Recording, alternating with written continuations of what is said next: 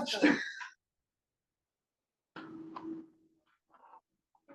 everyone. Morning. Good morning. Morning. All right, I will call this meeting of the New Westminster Police Board to order. As always, I'll start with a land acknowledgement. We recognize and respect that New Westminster is on the unceded and unsurrendered land of the Halkanilan speaking peoples. We acknowledge that colonialism has made invisible their histories and connections to the land. As a city, we are learning and building a relationship with the people whose lands we are on. The agenda, are there any? Sorry, I just got a message from Kelsey. She's asking to be a panelist. So Daisy has. Yeah, sorry, so just wait, I'll wait. Can you make Kelsey a panelist? She's in there as an attendee. So we have a presentation, but before that, let's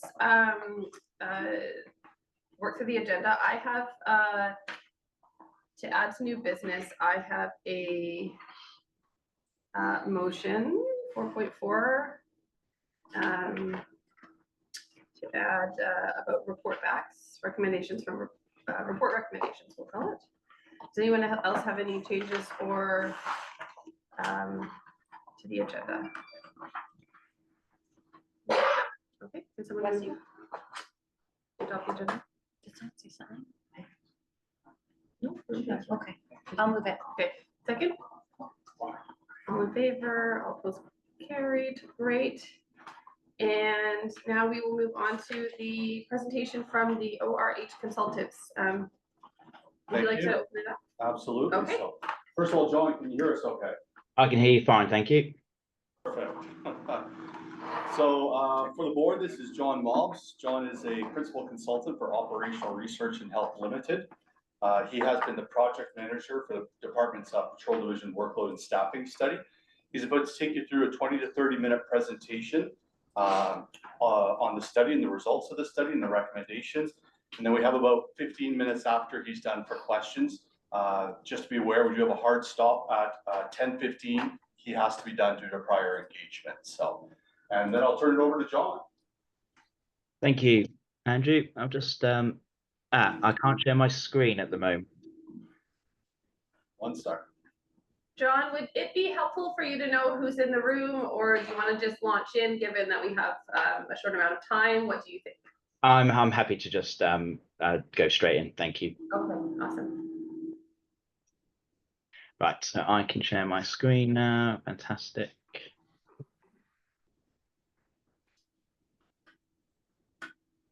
Great. Hopefully you can all see that. Yeah.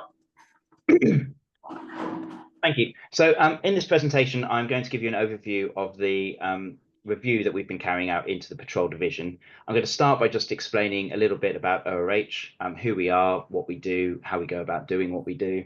Then I'm going to talk about the objectives of the work, what we set out to do, how we went about meeting those specific aims. And then I'm going to give you an overview of some of the key results that are coming out of the work, in particular, our findings around the minimum staffing levels that New West need to be putting out in patrol, and what that means in terms of officer numbers, both now and in the future in 2030. So ORH, or Operational Research in Health, we're a company based in the UK, but we work with emergency services all around the world, helping them with their future service planning. By service planning, we're talking about making sure that they're using their resources effectively, and working out how many resources they need to meet the demand that's coming in and deliver a good service to the public. And by resources, we typically mean staff. Occasionally, we also mean locations. Our approach to service planning is a combination of data analysis and simulation modeling. Why simulation modeling? Well, in essence, because emergency services are complex systems. There's all sorts of interactions and interdependencies and ripple effects that occur when you make changes. And in our opinion, the only way that you can do that service planning, you need to use a method that takes account of those interactions and interdependencies, like simulation modeling. Data analysis alone can't get you there. In terms of the project team, it wasn't just me, although it's only me here today. We had a team of 5 working on this review. As Andrew mentioned, I am the project manager for the piece of work. I've been doing service planning for 19 years now, and I led on all the various streams that made up this review. So the data collection, the data analysis, the simulation modeling, and ultimately the reporting. I won't go through everyone on the team, but I will just mention a couple of others. Jared, the gentleman who's pictured to my left there, he's an ex-policeman. He was a policeman here in the UK for 30 years. His role on the project team is quality assurance. He checks all of our results to make sure that they're operational, they're practical, they're realistic in terms of actually implementing them in a police force. I'll also mention Mark. He's a gentleman pictured to my right on the screen. He is our expert when it comes to rotas, shift patterns, shift schedules, whatever you want to call them, which was one of the remits within the work. So what was the objective of the study? In a nutshell, it was to answer the question, how many resources, how many officers does the New West Patrol Division actually need now and into the future? And actually that question was spread out over the 6 sort of study areas that are mentioned on the right-hand side in that slide.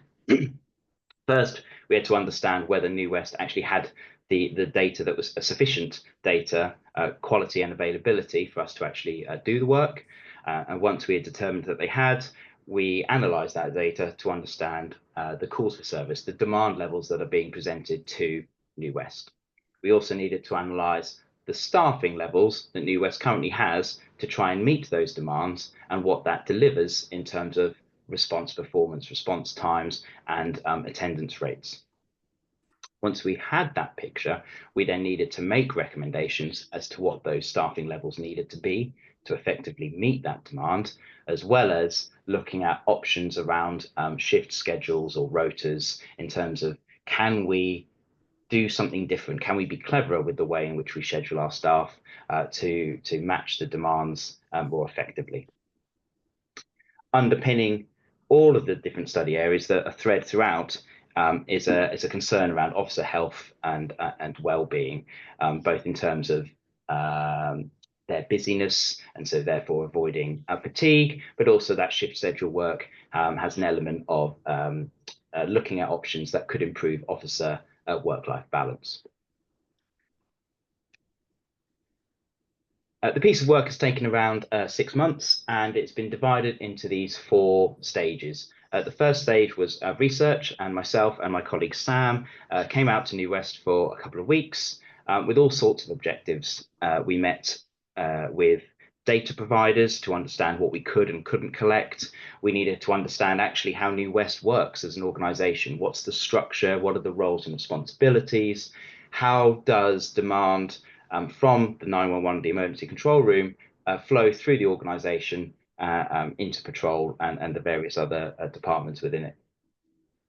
We also held, and I'll talk a little bit more about them a bit later on, lots of workshops with different officers, trying to understand what works well, what doesn't work so well, but also talking about the elements of their workload that aren't captured within data systems.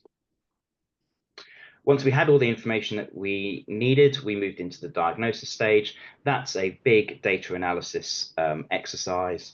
The aim of that exercise is to build up a clear picture of the demand that's coming in, how that translates to workload, what that looks like in terms of response performance, and ultimately, what is the officer utilization? And I'll explain what we mean by that in a few slides' time. Once we've built up that picture, we get into the simulation modeling stage. So in essence, we're building a simulation model that is a virtual replica of New West Patrol operations. Within our model, virtual emergencies will happen just like they do in real life. Within the model, there are virtual units, police cars, response officers that will drive down the road, respond to incidents, and do all the other bits and bobs that police officers are required to do as part of their job. What we do is we show that the model is a good replica of operations by showing it's a good predictor for a period of time that we know about. So when we load it with last year's demands and last year's officer numbers and all the other parameters we can analyze, and we run it, We check that the performance that it predicts, the utilization that it predicts, matches our analysis. Because once we're confident that it's a good predictor for a period of time that we know about, we can be confident that it can be used as a good predictor for things that we don't know about. What happens if workload goes up? What happens if we change officer numbers or the times at which we deploy our officers? We use the model to meet the various terms of reference that we have to do as part of the study, and then we move into our reporting stages. That's explaining the approach that we've taken, the evidence that we've gathered, and the results to New West and relevant stakeholders. And in fact, this presentation is part of that reporting stage. We're in the process of writing up our final report at the moment, and that final report is due at the end of October. What I want to get across is why this piece of work is complicated, why it's difficult, why it takes, circa 6 months, is that understanding the true workload that's placed upon police officers is very difficult. A lot of what a police officer does isn't captured within data systems. Initial incident response is, but if a police officer responds to a crime that results in doing some investigations over the coming hours, days, weeks, etc., that isn't captured anywhere. Neither is all the other stuff that we ask police officers to do, from guarding crime scenes, taking prisoners who need medical attention to the hospital. All of that stuff is workload that isn't captured anywhere. And it's not easy to uncover it all, but if you don't make the effort to uncover it, then you're not going to be able to determine how many officers you need. You'll literally only be seeing half the picture, and I'll demonstrate that later on. So you need to understand all of the workload that police officers do. And to that end, we have to collect a lot of different data sets to make sure that we are building up the true picture of the workload that's placed on officers. So we collect incident data that tells us the demand that's coming in is being presented to the organization. We collect officer deployment data, so we understand what officers, what units, how many, and when, which officers were deployed by New West to respond to incidents. We need to collect that crime data so that we know how much investigative work is going on. And we have to carry out all of these practitioner workshops on that research trip so that we can uncover the other parts of their workload that aren't captured in data systems at all. On top of that, some of the units within the patrol division also have internal spreadsheets and reports that we used to collaborate the information that we got from the workshops. The key thing is we're trying to quantify workload, not just demand volumes. We're not saying 1,000 incidents came in last year. We're equating that 1,000 incidents into hours of work. And then we can use that picture of the total hours of work to say, well, this is the hours of officer time, the capacity that we need to meet that workload effectively and safely. And so when we go through that analysis process, one of the key outputs of our work is estimating officer utilization rates. By utilization rates, we're talking about of all the time that an officer is on shift, how much of that time is occupied on work. The bit that's left, but that isn't occupied at work, that's the availability factor, right? How available officers are to respond should an emergency come in. So that officer workload is built up of 3 parts. It's the time spent responding to incidents, it's the time spent investigating crimes, as I've mentioned before, and then all of those other tasks, the guarding crime scenes, the prisoners who need medical attention, high-risk misfires, and the rest of it. We add all that up, and we get the total workload that's placed upon officers.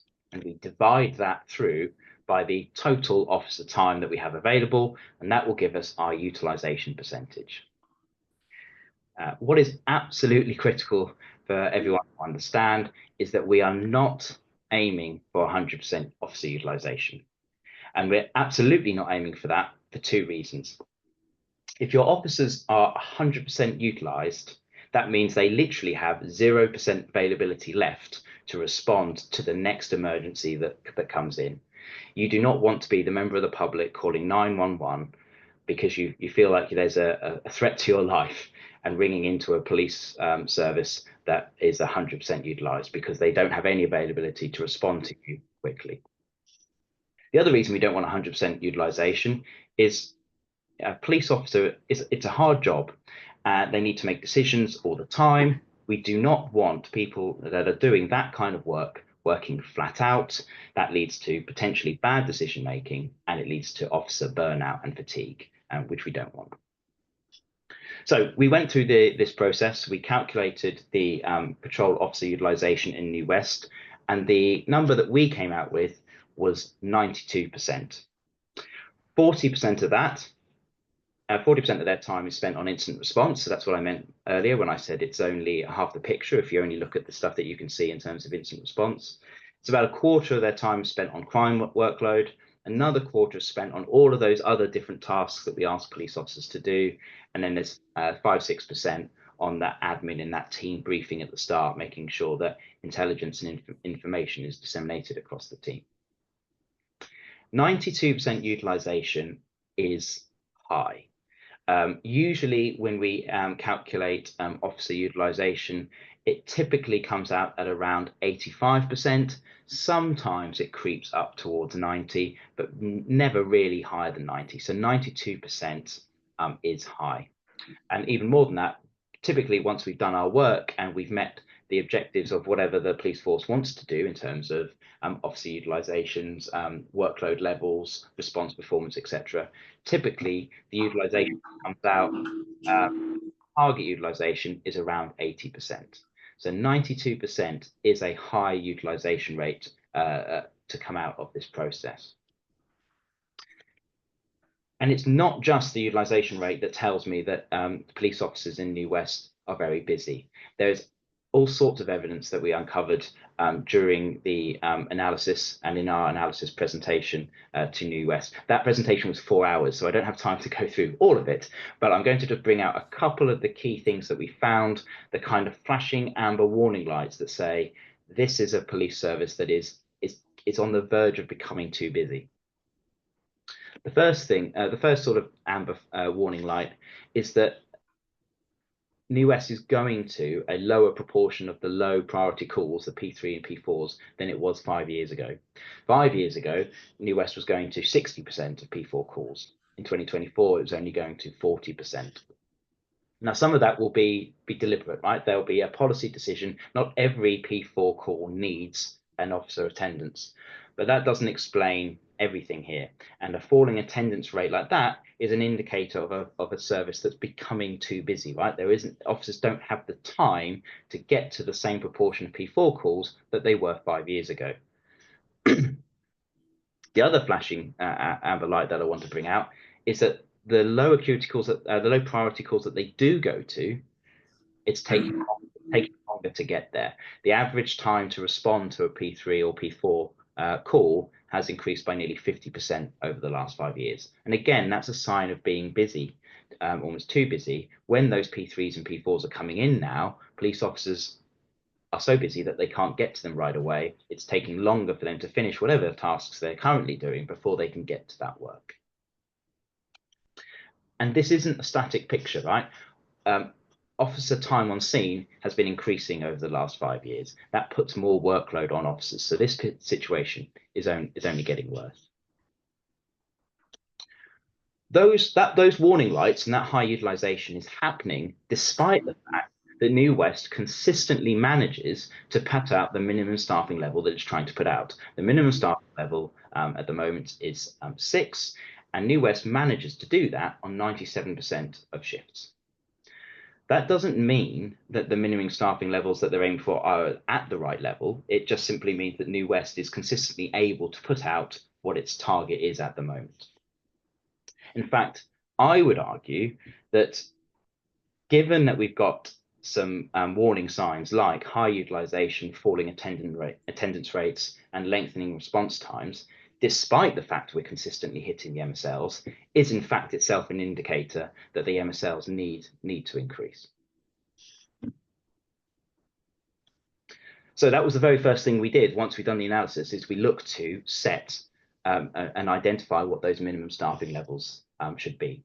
And the way in which we do that at a very high level is we've built up this picture of the true officer workload, and we look at that by each of the 168 hours of the week. And we say, given that there's this much workload around, what is the minimum number of officers that we need to meet all of that workload? And we smooth that out across the hours of the week in the same way that the minimum staffing level at the moment is 6, basically, across the week. When doing that, we make sure we never fall below what we call a critical level. So we're looking to try and meet all of the workload across the week, but in any 1 hour, we want to absolutely never go below the number of officers that we'd need to be able to respond to emergencies in a timely manner. Once we've identified what the minimum staffing levels should be, we can then turn that into into an officer requirement and the number of patrol officers, constables that are needed. We need to be able to take account of abstraction rates. So, an officer doesn't come to work for every single shift across the year. They take annual leave. They occasionally get sick. They have training courses that they have to do. So there are all sorts of reasons that patrol officers don't sometimes turn up for work. We need to take account of those and make sure that we can consistently achieve those minimum staffing levels, but also have enough staff around that we can operate at a safe and appropriate utilization rate. So we went through that process, and here are the results. Our first finding was, excuse me, that the minimum staffing level needs to increase. It needs to go up from 6 to 7.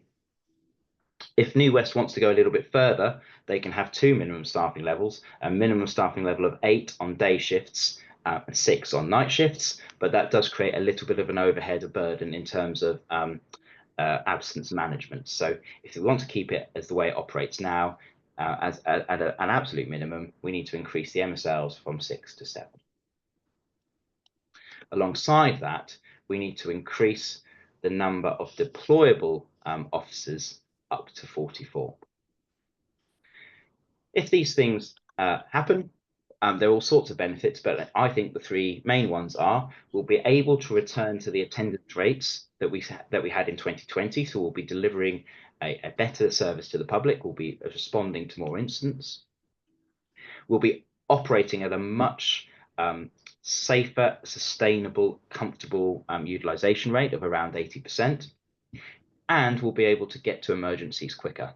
And in particular, those lower priority incidents, which are seen, we'll be able to begin to return to a service level that we were achieving previously. So that's what needs to happen now. But we also had to look ahead to the future. When we look back over the last 5 years, incident volumes have actually remained static. They've been very stable over the last 5 years, but officers are getting busier because the time and scene has been increasing over the last 5 years. And it's been increasing for all sorts of reasons. The types of incidents officers are asked to go to are becoming more complex and involved, and there's more of a burden around paperwork and reporting that we require of officers. So there's no reason to suspect that lengthening time at scene won't continue. So we trended that out to 2030, reanalyzed what that meant in terms of the hourly profile across the week, and then rework the calculation to say what should the MSLs be and what should the officer requirement be. So things on the slide there in grey at the moment, that's what we're saying you need right now, a minimum staffing level of 7 and 44 deployable officers. By 2030, we still need to keep the minimum staffing level at 7, but we need 48 deployable officers to allow us to cope with that increasing workload that's associated with increasing time at scene and still operate at a desirable utilization. Remember, that 48 deployable officers is assuming that incident volumes stay static. It's just because of the increasing times on scene. If incident volumes themselves begin to tick up and increase, then actually further officer numbers may be required. But at the moment, we haven't assumed that because for the last 5 years, they have remained stable. You may have noticed that I've been very careful when I've been talking about our results to talk about the number of deployable officers that's needed. And let me explain the difference there around deployable officers and budgeted establishment. So at the moment, New West Patrol Division has 40 patrol officers as its budgeted establishment. But when we look back over the last 5 years, on average, there have been 37.7 deployable constables within the division. So they've been operating at a 94% of budget, or you could think of that as a 6% vacancy rate. What's important to understand is that 6% vacancy rate is not an inefficiency that New West is operating. It's simply a fact of life. There are all sorts of reasons why you can't consistently operate at 100% of your budgeted establishment. By the nature of the job, officers occasionally get injured in the line of duty, which obviously takes them out of operation for a while. Officers are people at the end of the day, so occasionally some people get long-term sick. More happily, occasionally people have children, so they go on maternity and paternity leave. Again, by nature of the job, sometimes officers may be temporarily suspended pending investigations. And vacancies are a fact of life too. You may have 40 officers one day. If one of those leaves, there's a lag time before you can replace that officer with a fully trained deployable constable. The key thing is that these reasons, these sort of facts of life will always be there. There'll always be reasons why you'll have an element of non-deployable officers within your budgeted establishment. So what that means is you can't simply take the 44 deployable constables that we've said right now and use that as your budgeted establishment, because you'll almost be planning to fail. We need to take account of that 6% vacancy rate. Thankfully, taking account of that is really easy. So we're going to do that on the next slide. So our recommendation is that New West needs 44 deployable constables right now.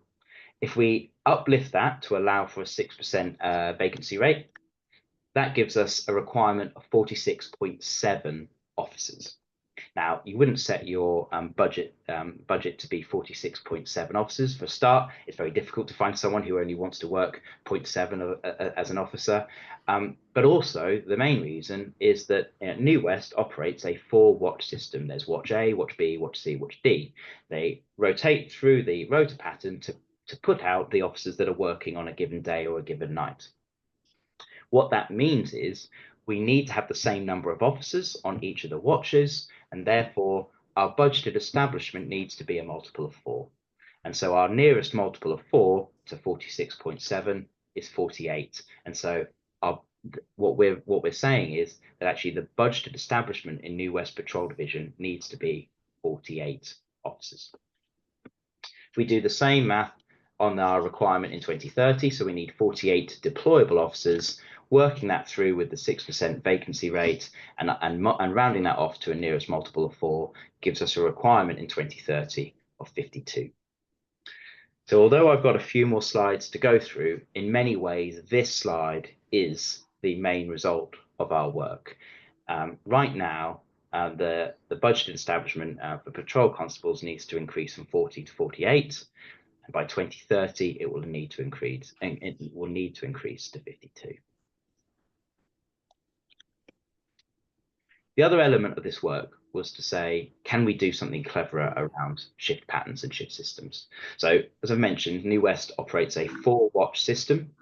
So of the 4 watches on any given day, 2 of them will be working. One will be doing the day shift, one will be doing the night shift. Each of those shifts is 12 hours long, and that gives a flat deployment pattern, because when the night shift ends, the day shift starts, and then the day shift ends, the night shift starts. There's no overlap, so we put out effectively a flat number of officers over the course of the day. So we were tasked with, or part of the work was to say, well, is there a way that you can do something different with the way that we schedule our staff on to get a better match between the number of officers that are on and the demand profile? And before I take you through the key results of that, it's worth just mentioning a couple of things around staff schedules and rota design. There are always trade-offs. You can't please everyone when it comes to this, because different people like different things. So, for example, some people like working longer shifts, like 12-hour shifts, because it means they work fewer days. Some people find long shifts tiring, and so they would rather work a shorter shift, even though that comes at the cost of having to come to work on more days.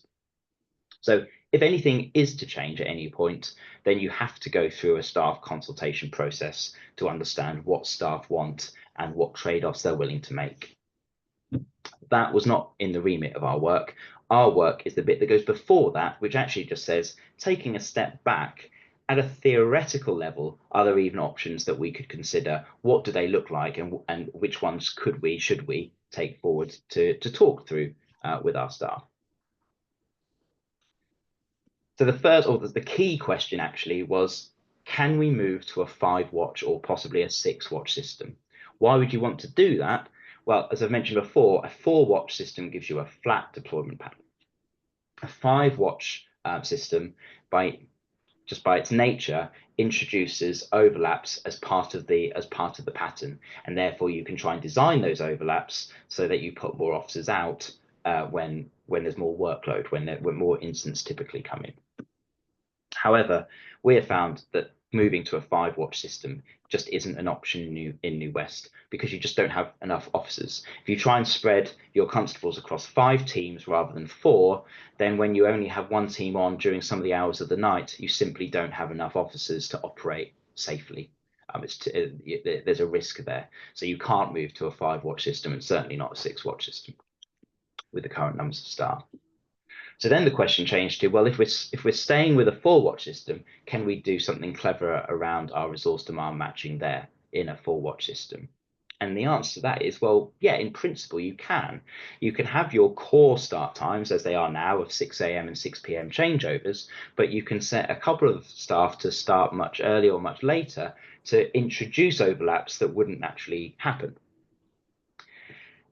Of course, if you're moving shifts to create an overlap somewhere, by definition, you're also creating periods where there are fewer officers on. So that one of the results of this is actually you can't do anything clever with your current system until you've got more officers, until you've got at least 44 or 48 deployable officers. Once you increase to that amount, then there are always enough officers on, even during the night, and you've got the ability to do this. However, you still need to go through that engagement with staff, because some of those times that we need to shift some of the shifts to start and end at to get those overlaps, they may not be as desirable as working the core shifts. And that's why you have to engage with staff to understand what they want. Irrespective of that, we've also come up with a set of alternative patterns to the current pattern, which is working 4 on, 4 off in a day, night, night pattern. We've provided a range of different ways of putting out the same shifts, but working through a different rotation that New West might want to consider sharing with staff, because they might offer some alternatives that improve work-life balance. But as I say, everything's a trade-off. But they include some patterns that reduce the number of weekends that a given officer has to do within the cycle, etc. So we've provided those, and they're there for consideration. That's everything from me. So if I have to just to recap that whole study in one slide, the main or key result is that we have found evidence that patrol is currently under-resourced. We've got high utilization rates across the patrol constables.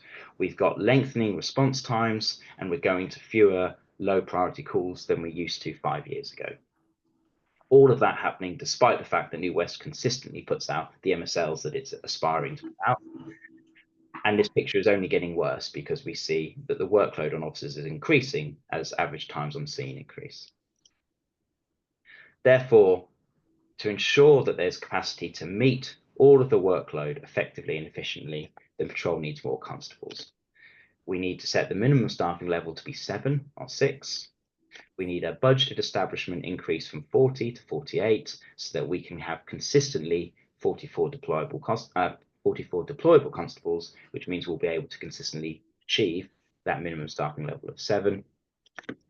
And by 2030, that establishment will need to increase to 52 to make sure that we can operate and continue to operate at a safe, effective, and comfortable utilization rate.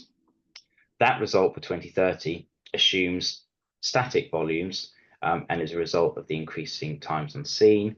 If incident volumes themselves begin to increase, then actually the officer numbers required may go up even further. That is everything. That's all from me. I'm happy to take questions. Awesome. Thank you so much, John. That was really comprehensive. And I have lots to say about this, but I will give my fellow board members a chance to weigh in first. Looking around the room, thoughts, questions? I have a question. Thank you, John, for this presentation. It's really helpful to see this the way it's been laid out. I have sort of two questions for you, and then I think I'll save my questions for staff after, because I know John has a hard stop. So on, I don't know, slide 9, when you talk about 40% incident response, and then there's some broken out other types of response. I was surprised to see mental health was only 7%. So I'm wondering, I'm assuming incident response includes a wide range of different kinds of responses. I wonder if you could speak to that difference. Yeah, it's difficult to explain and quantify. So yeah, the instant response bit that was in red, the 40% that I alluded to there, is everything that we can see within the CAD system. So when someone calls 911, and then that creates an event within the CAD that they dispatch officers to, that is captured, and we can see officers that were assigned to specific incidents.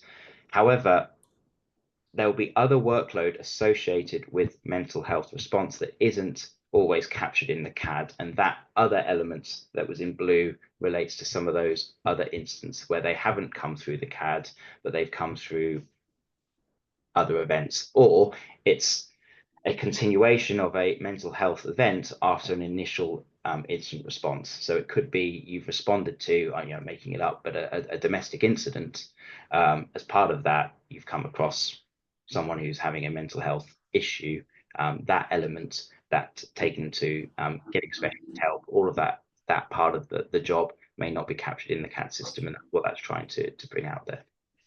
Okay, thank you. And then just the other quick question is, in your final report, you have outlined some alternatives for different ways of utilizing members in different shift patterns. Will you expand upon that in the report, and will you also highlight any other success that other jurisdictions have achieved in sort of different alternative ways of scheduling? Yeah, so there's two bits to our recommendations there. We have shown the theoretical example of how you can try within the 4Watch system, introduce overlaps by using dropbacks to create a sort of rise and fall of your staff that you otherwise don't get with your current 4Watch system. That's one part of the puzzle. The other part of the puzzle is just actually saying, currently, we need a day shift and a night shift each day. The way that that's designed at the moment is a given officer or given team does a day shift, a night shift, then they have 4 days off, and then they start that cycle again. It's a very common system. It's a very good system in many ways, but there are other ways of designing that. You could do 4 days, then 4 off, 4 nights, then 4 off, so you didn't have that switch between days and nights. Some people prefer that. There are different patterns that aren't as regular as 4 on, 4 off, 4 on, 4 off, at the cost of being slightly more complicated because they don't have that regularity to them. They give benefits such as having completely free weekends, a high proportion of those for a given officer. There is no right answer in that case, because we're still putting out the same shifts. We're just saying there are different ways of arranging it within the schedule. That is a question that needs to go to the workforce. Would you rather work this pattern or this pattern? And there is no one right answer. There are all sorts of police forces in the world that have 4 watches, and they all have slightly different patterns. Although I would say that the day, night that New West has is by far the most common. It isn't the only option, and it all comes down to what the staff want.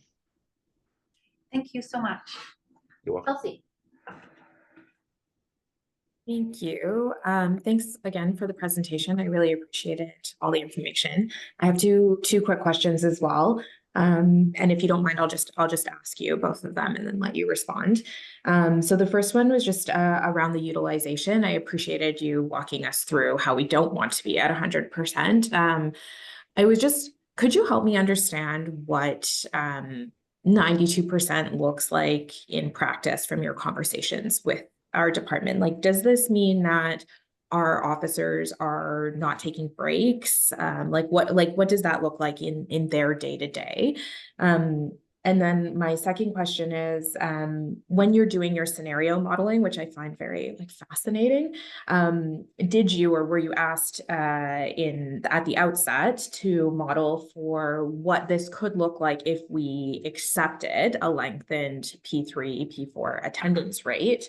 And if so, I think it would be useful for us to have that data to inform, future policy discussions, given that we are obviously balancing budget and our workforce and all of these things. So those are my questions for you. Thank you. Yeah, they're great questions. So the first question, what does it look like day to day for an officer?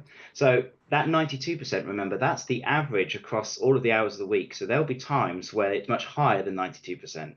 When it's much higher than 92%, you are absolutely slammed. You are going from job to job to job. You're not getting, you're not getting a break. You're not getting to some of the other tasks that you need to get to, such as those crime investigations that you need to be getting to, like reviewing CCTV or whatever, that you haven't got ability to because you're just slammed and going from incident to incident. It certainly means that officers, particularly on the day shift when it is busier, will struggle to get their meal break, and it will just feel at times exhausting, like you're not stopping, because as I say, that 92% is an average.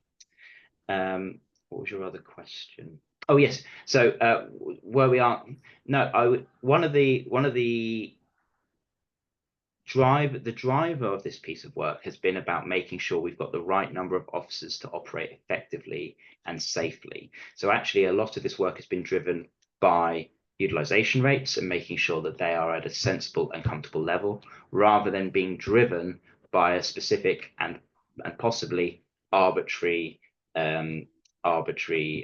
deadline, a timeliness factor, a response time target. So the answer to the second question is no, we haven't specifically done the question around what if we accepted these longer times, because that wasn't the focus. We weren't trying to get response times back. We were trying to make sure that we had enough officers to actually meet the workload and not be running at 100% during the course of the day. That return to 2020 attendance rate and improved response performance comes along for free, because as you decrease your utilization, you increase your availability, and therefore you are more free to get to those jobs quicker. But that wasn't the thing that was driving it. We weren't following the response times. We were following do we have enough officers to meet the workload that's actually there. Thank you. That makes a lot of sense. You're welcome. John, sorry. Yep. Go ahead, Patrick. Okay. Yeah, thanks, John, for the presentation. Really appreciate it. Just another question about, the 6% attrition through leave and so on. I'm wondering about additional attrition that might come in through things like promotion or secondments or transfer to other organizations, and how that might impact the 5-year picture to 2030. Sorry, you cut out a little bit. You're talking about that 6% vacancy factor that I spoke about? Yeah, so any additional to that because of transfer, promotion, secondments, etc. Yeah, I mean, it's possible. I can't speak to that. It might be possible that Andrew can speak to that better, but I will say that 6% vacancy rate is taken by looking at the 5-year picture.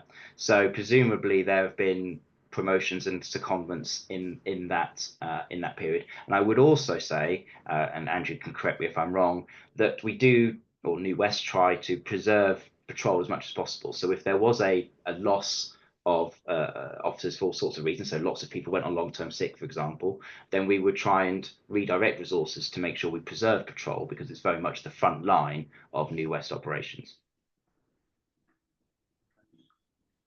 If anyone else has any more questions about this or that come up either now or later, please feel free to send me an email or see me afterwards, and I will write them down and we can send them to John, and he can send us back some responses if you have further questions. So Yeah, John, I guess you don't have 1 second, hey? Yeah, go on. I got one quick set. Yeah, I can do one more. Okay, I'll leave it But to only you. one. Okay, I'm sneaking it in. So in my time at the board, there's been a lot of conversation about this population to cop ratio. I noticed a clear omission of population. I find this analysis much more helpful because it's about the utilization rates, the response time, the caseloads. pop to cop tells me nothing other than just like a sheer number. So I'm just wondering if you could help me understand like why that seems intentional. You know, why you find this to be a more helpful analysis than maybe that, you know, alternative way of framing it. Yeah, I think the reason that you've probably heard pop to cop a lot is because it's simple to do, right? It's easy to find what the population statistics are, or the official ones are. It's easy to understand how many police officers that the police department has and divide one by the other. And it's a simple, blunt tool. It's helpful for perhaps for making comparisons to other organizations, but it doesn't tell you what the number should be. What is the number? What is the ideal population to cop ratio? It's difficult to know. So it's a blunt tool. It's useful for for comparisons. It's quick to do. But in terms of actually saying what is the officer requirement, well, we've done that a much more detailed way of actually saying, well, before we even try and understand how many officers we need, let's first actually understand what is the true workload that's out there, and then say, well, if that's the amount of work that needs doing, how many officer hours do we need to address that? So it's a much more, you know, I would say sophisticated way of doing that. And the reason we haven't mentioned the pop to cop is because I think that's a different tool. It's a simple, blunt comparator tool, but I don't think it tells you how many officers you need. Without arbitrarily setting it to a number that another force is operating at. Great, thank you so much. No, you're welcome. Great. John, thank you so much for your time today and for your work on this project. I sincerely appreciate it. So, and enjoy the rest of your evening. Thank you very much. Of course. Thank you all. Thank you. Bye. All right. Patrick. Just about the pop to cop bit, the study was just about patrol, remember, right? There's Yes. other units that need to be filled as well, so I think in terms of how many officers do we need for patrol, yeah, that's a very scientific instrument, I agree, but unless we want to do studies for every other part of the department, how many officers we need, that one instrument can still indicate, do we have enough to fill all of the other units, all the other positions, and so on and so forth. So I don't think we want to spend $100,000 every time we want to look at a unit, whether it's staffed or not. So I just caution that in terms of throwing out pop. I think it's still valuable for that reason. Gives an overall picture. I think that's, as you said, Patrick, it's an indicator that has allowed us to have this conversation, that there's a concern there. And what has led us here, in addition to the other factors that our members have been telling us for years, that they're feeling that way, and that most of the leaders in this organization have grown up in the last 5 years and have witnessed it ourselves. So all these things coming together, it was nice that the results that we saw from the consultant were not inconsistent with what we have heard from everybody. So, and at the same time, we believe that the recommendations are reasonable as well too. So, Yeah, Mary. I have some other questions if that's appropriate at this time. Is that okay? About this report Yes, to about this staff? report, yeah. Yeah. Can you just give me some clarity on what P3 and P4 calls are, just so I really understand? priority 3, priority 4, Yeah. basically they're non-urgent calls. You don't need to get there right away. You get there when you can. Do they come in through the non-emergency line? Yes, non-emergency line, yeah. So they might be like report taking or checking something that happened Yeah. 2 days ago? Yeah, or- someone spray painted, Okay, a cartoon on my garage, Got it. graffiti kind of thing like Okay. that, so yeah. okay, thank you. Yeah. And then, what else did I want to ask you guys? So just so I understand it, the going from 6 constables to 7 means 1 extra constable on each watch? So 4 extra constables, is that the math? That's correct. That's the math, okay, great. And then, blah, blah, blah, And then blah. raising those minimum service levels, so there will always be Yes. 7 on Yeah. versus 6, yeah. Got it, okay. And then the other thing is, maybe we can talk about this when the final report comes, but I don't know if we've ever, he did touch on it, sort of the alternative shift patterns, which I would be interested in understanding better. Yeah, yeah. But also, like, do we ever use part-time policing, or I don't want to say auxiliary, I don't think that's the right term. Yeah. But people perhaps that don't want to work full-time, or they would like to work, or, they're nearing retirement, they'd like to reduce their hours, maybe not work a 12-hour shift? Do we ever have those kind of We have, considerations? we have not at this point in time. The agencies that we have seen employ those options. Yeah. Are definitely agencies that are struggling with hiring people. So far we have not. We've had discussions about the pros and cons of that, and Yeah. feel free to pull the shine, but we don't believe at this point in time it's necessary. As well as to your, sorry, what's your question? It was the shift patterns. The shift patterns. Yeah, the shift patterns, for example, we asked them to look at some different models, some that are done by some larger agencies in the lower mainland that either have a 5 shift pattern. There are ones that actually have 6 shift patterns. The consultant did a really good job showing us why this will not work with our numbers. Like, it really broke it down. It was just like, and here you have 3 officers on, and we're just like, okay, we get it why that doesn't work. But what was interesting though, they did present some options for the current model we have, but if you go up to 44, how now maybe, you know, someone does the day, night shift, but that second block that follows that, maybe that's a start time that is not as extreme, right? You know, at 5 or 6 a.m., you're coming at 10, and your night shift you're off earlier. So it kind of helps maybe reduce or mitigate some of the impact of some shifts. So we thought that was interesting, and they're going to present that. And then there's another model which they will present that will work with our allotted officers. It's something that Waterloo Regional Police currently employ. And that is one of the ones he was talking about, where they have much more weekends off, right? That's more of a lifestyle thing, but it is a different trade-off, right? It could be like 5 days on, and then you're off for 3, and it's a little bit not as consistent that way. So it was very helpful because we also had our own kind of maybe notion, maybe we could do this, would this work, would that work? And then we presented to them. It was really good to see once they broke it down, this won't work. You're gonna have to stay with your 4-shift model unless you really increase your staffing commitment significantly. I think for the consultant's point too, though, if we're looking at changing rotations, there's a big engagement piece we have as we go. Absolutely, yeah. Absolutely. Because if we're imposing a new rotation rather than doing an engagement process, we'll end up seeing attrition. As a result of that, which is the last thing we want to achieve, I think. Yeah, and it's a collective bargaining. Exactly, and we have to meet Yeah, terms of absolutely, collective agreements. Yeah, I guess ultimately I was just wondering if shorter shifts, different kinds of shifts would keep people longer, or even attract people who don't want to work a full time, but it'd be interesting to have that conversation with the membership, I suppose. A few things on that. So, and thanks very much to Andrew and the team that working this half hour. We've, I think, sat through several multi-hour presentations. Like, there was so much data here. So, you know, they've got all the data, they've broken it down. Great. There is a piece there about deployment, which we'll have to, that'll be kind of the follow-up once we kind of settle on where this lands. There are a number of pieces with regards to kind of the part-time policing. That's been an ongoing conversation in our industry.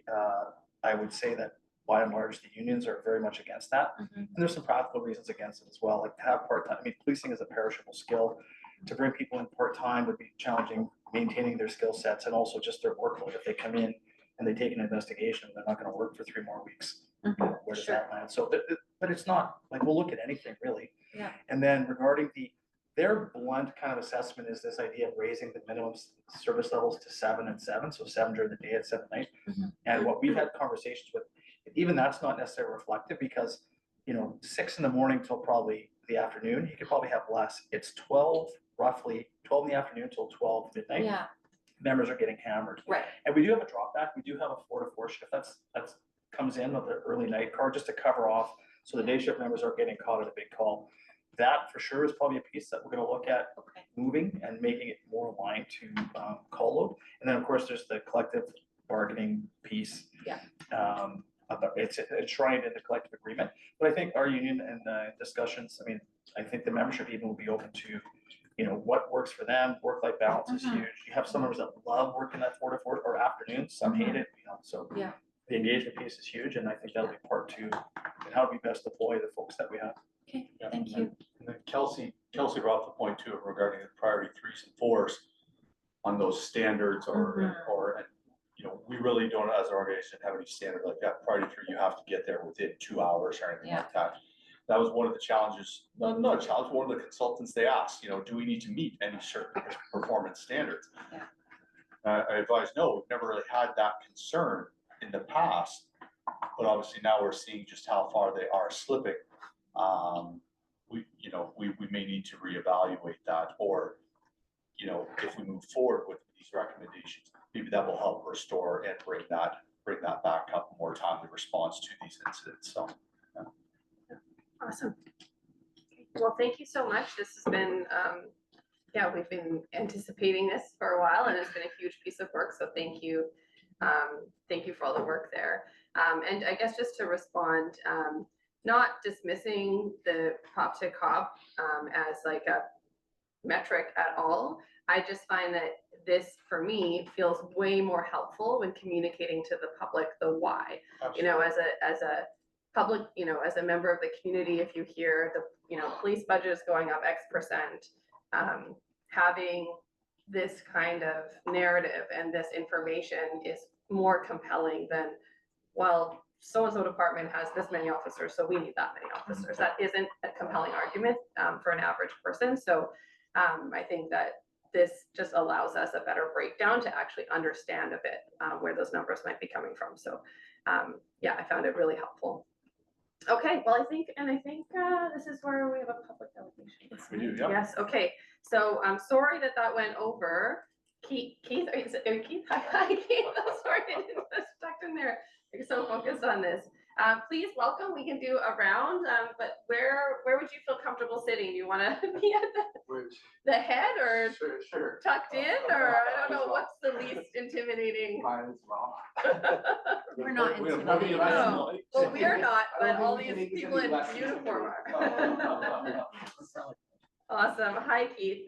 Let's do it. We'll do a round so you can know who's here. Sure. If that's helpful. My name's Tasha. I'm chair of the police board. And you communicate with Daisy. Police board secretary. I'm Sarah Patterson, I'm the HR manager at Edmonton. Andrew Perry, one of our deputy chiefs. Mary Trentadue, I was gonna say trustee, but I'm, oh my God, I'm on the Call board. yourself whatever you want, Mary. Today I am, no, I'm on the board. Morning, my name is Sanjay Kumar. I'm the inspector that looks after our operations division. Hello, Martha Mishkerka. I oversee the criminal investigations division. Hi, Jeff Scott. I oversee our administration division. Good morning, I'm Drew Hart. I'm a board member and almost 20 years old. David Ward, the other deputy chief. I'm Jacqueline Barron, and I'm the manager of finance here at USD. Hi, Patrick Malone, board member. Heather Boardman, vice chair. Paul Howell, chief constable. And Kelsey. I am Kelsey Wall. I'm also a board member. So we'll pass it to you. Cool. So the tone of my letter may have changed a little bit how I had this information that you guys just went through with that presentation. I saw a post on Facebook that the public can present here, so I figured something was has been bothering me quite a bit for the last number of years actually, and I figured that would come in. So I prepared a speech, not much of a public speaker, specifically from written form, so I apologize if anything is off. Thank you for the opportunity to speak today. My name is Keith Gagne. I've lived in Westminster since 1989, and I'm a fairly active member of our community. I'm here today because downtown, where I live, no longer feels safe. It isn't welcoming for residents, businesses, or visitors, and I'm asking for your help to fix it. I say this not as an outsider. I grew up here in the late 90s. US Station was pretty rough, and I know because I was part of that scene. You turned it around then, and I think we can turn it around now. The difference will be visible presence and consistent follow through. Over the past several months, I've kept an observation log, and it reads like a horror story. People passed out or overdosing on Columbia Street, open drug use in doorways, on sidewalks, in alleys, aggressive solicitation and loitering around SkyTrain stations, encampments that grow and shrink by day. Fires are set in lanes along Front Street and in parks. These aren't one-off incidents, they're routine. They wear people down, and I'm worn down. They drive customers away from small businesses and signal to visitors that the rules on our busiest blocks don't really apply.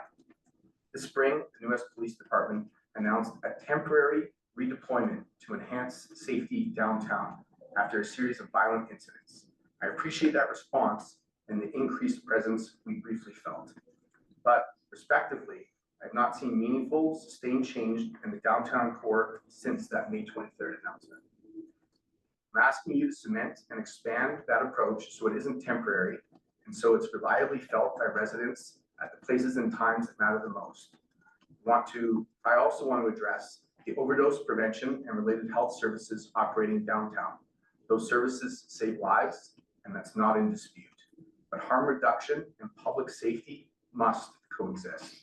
Right now, the safety and security of people who live and work around these blocks is being tested daily.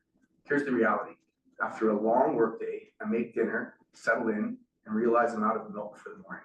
When my partner offers to go pick some up, we both pause. Not because the store is far, but because the 2-block walk doesn't feel predictable anymore. That's not how a city's core should feel. For the people who live and work downtown, predictable order in shared spaces is not a luxury, it's the baseline for a livable city. Here's what I'm asking for. Make sustained foot and bike presence in the core non-negotiable. Assign officers from Columbia to New West Station, from Front Street to Royal Ave. Prioritize early evening when residents are commuting and visitors are visiting. Create a downtown community safety team that shows up together. Pair police with city bylaws, Fraser Health Outreach, and Purpose Society staff. One coordinated team, one shared schedule, one incident log. Work the recurring hotspots weekly, not just reactive calls, so people see help and boundaries arrive at the same time. Number 3, run a 90-day downtown safety pilot with clear metrics and public reporting. Track calls for services, overdoses attended, assaults, robberies, mischief, weapons calls, and repeat location of incidents within downtown. Publish a simple monthly scoreboard to show residents and businesses, so residents and businesses can see progress and hold us, all of us, police, partners, and community accountable. Fix the SkyTrain eyesore problem. Coordinate fixed hours of high visibility patrols with transit police around New West Station, particularly during commuter peak and late evenings. This message should be unmistakable. Stations and the surrounding blocks are safe for everyone. Clean up the area around the Purpose Society. Where lighting is dim, fix it. Where sightlines are blocked, clear them. Add bins and sharps containers where needed and commit to regular sweeps. Disorder breeds disorder. Visible care deters it. This is not about criminalizing poverty, illness, or addiction. It's about setting and keeping basic standards in our shared spaces so residents and visitors can move through the heart of our city without fear. It's about ensuring people here to shop, dine, or simply get home can do so safely. I'm asking the board to give the chief clear direction. Prioritize the downtown core with sustained foot and bike patrols, formalize the coordinated team approach with our partners, and report back publicly on the results. If the numbers improve, keep going. If they don't, adjust quickly and openly. Either way, make this a visible priority on the street. I love this city. I choose to stay here. I want to feel proud when friends visit, not worried about what they'll encounter between the station and the restaurant. We turn the city around once, we can do it again with presence, coordination, and accountability. Thank you for your time. Thank you. Well, not much of a public speaker. That was quite a very, Took a while, right? well, yeah, you would fooled me, is what I'll say. I'll open it up to board members and then maybe the chief wants to. Just one more thing. Yeah, of course. I felt it was rather poignant on the way here. You know, I live 2 blocks up the street. I passed somebody half overdosing on the sidewalk. So I'm coming here to speak about this in the downtown core, and it's within 2 blocks of the detachment. And there's somebody on 6th Street in distress. Mm-hmm. And so it's just it's kind of, I'm desensitized to it, and that's sad. Yeah. Board members, thoughts? Yeah, I'll see. Yeah, I mean, I will let the chief respond, and I think you've, I appreciate the care in which you're, we have heard similar, sentiments from community members, and I appreciate the care in your words around reducing harm and, you know, figuring out a way. This isn't about sort of pointing fingers or like criminalizing folks who have health issues, but how to just, everybody can coexist together in a way that feels good for everyone. So I appreciated that. And some of the suggestions here around bins and sharp containers and sightlines and cleanups, that's city's purview. And I'm happy to pass that along to those staff. The challenge, I think, I mean, and you'll, I'm sure, speak to it, is, you know, that person who is experiencing an overdose that's technically not a policing issue. And so the tension with these overlapping crises is like, who's responding and how do we do so in the most effective way? You know, that person's in a health crisis, they need healthcare. And so the city has a 3 crisis response. And so we have, you know, folks doing that. We have a separate line from Purpose Circle where peer support and social workers can reach out to try to help alleviate some of the pressure on police to be answering those calls so that they can be doing the core policing work that you clearly want to see and many community members want them to focus on. So I guess I'll point to you to offer up some, feedback on what's being done in the downtown and where you see things going. Sure. So first of all, Keith, thank you very much for coming. I've had these conversations informally and formally with residents and business for the last number of months, certainly for even years, my time as a chief counsel. So I totally validate what you're saying, and I share your frustration. And part of my frustration as the chief is, you know, being responsible for the police department. We have a fairly defined role, and oftentimes what we're seeing now is that a lot of other agencies are downloading or abrogating their responsibilities, and we're the only ones that are open 365/24, and we're responding. So that's one piece of it. So there's a bit of frustration there. I would touch on a little bit about how things have changed, because I was around in the late 90s and I agree with your assessment. And there was a very different, we did enforce, it was very heavily enforcement oriented. It was a very different time. Things have changed since then. We've moved away. You talked about bail reform. So I can talk about the frustration my members feel when they go and arrest somebody and they're seeing them being released from custody before they even finish their paperwork. So that's a frustration piece. Even on the mental health piece, I think, again, the frustration my members see when they see someone in a mental health crisis, they're apprehended, which only we can do under the Mental Health Act. They're taken to the hospital and the individual is released before the members even clear the hospital to write the report. And that is not an indictment of any of the individuals in the healthcare system. It's more of a comment about just the lack of capacity. So they have a threshold that they can hold and not hold. So I've said this to other groups, and this is not to dismiss any of your concerns. We have seen significant decreases in crime severity in the community, significant, but that does not dismiss, you know, your day-to-day experience or anyone else's day-to-day experience. I had a meeting with a number of business owners recently, and they expressed all the frustrations you have. I can commit to you that, and I can have a further discussion with the board, we do have resource challenges, but the members here are doing everything they can to do our piece to work on the downtown core. But the issues are so complex. We're talking about mental health challenges, substance abuse, homelessness, and just the whole issue of poverty. And it's, I think the city, and I'm talking globally, really punches above its weight, but these issues are so complex and they're going to need sustained investment for, you know, a long time to fix.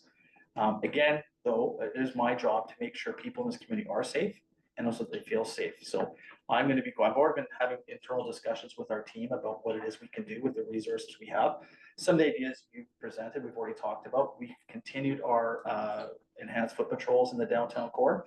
That's all pretty much being done in overtime, which is fine. We'll make that work. But again, we will never arrest our way out of this. And I'll give you a really quick example. There was an individual at this meeting with the business owners, and he talked about what you talked about, the late 90s, and we had that discussion, and I talked about the enforcement methods we've done. And he was very much, well, did it work? Maybe in the short term, but I said it didn't, because we're here 30 years later having these exact same discussions. And if we don't have long-term upstream services, we'll all be having these same conversations in 30 years from now. So I can commit to you that this police department will work very hard to improve what we can as far as public safety in the downtown core. But again, I would publicly call on other levels of government to really step up and address these, in particular health. These are all health issues. And really quick, I just want to touch on one other piece. The open drug use, that's a very challenging issue now for everybody. The provincial government went down the rule of decrim and public consumption. So that genie's out of the bottle. They've rolled that back. So there are rules in place. We do technically have arrest powers for people in simple possession. Federal Crown Counsel, who is responsible for prosecuting, have policy that they will not charge or prove these files other than very extreme situations. So I'm just cautious about, I don't want to put my members in the position of arresting, someone's smoking or inhaling a drug. They arrest them, they seize whatever drugs they have. They know there's no charge. And then and then that individual's released in short order and then has to go back and get, there has to be treatment. People have to be able to go in and get detox treatment almost on demand, wraparound services for an extended period of time. Otherwise, we're going to and every community is facing this. So again, just to summarize, we will do what we can for our part, but there's much bigger issues at play that other levels of government really need to step up and deal with. When someone uses safe supply at a safe injection site, and then they're left just to leave, who's responsible for that? Because what I find is they're going and getting high at a spot that they're allowed to get high at, and then the community's suffering the burden of that individual's choices. So right now, let's just say the taxpayer is being burdened with, the social and the physical ramifications of someone choosing to get high, and now, we, the taxpayers, pay your bill, and we're unsafe downtown. So like, how do we, I'll go and speak to council, but they just approved another 18-month temporary permit for this place. So you're experiencing challenges enforcing anything that is, criminal behavior, because also the courts won't enforce that. And so who's left to do something about this? You're getting at a high philosophical level here, but I will give you my response on that. And I've really educated myself over the last, say, couple of years. So there's a huge dichotomy between approaches of how to best treat people with addiction issues, from harm reduction, meet you where you are, right up to abstinence recovery.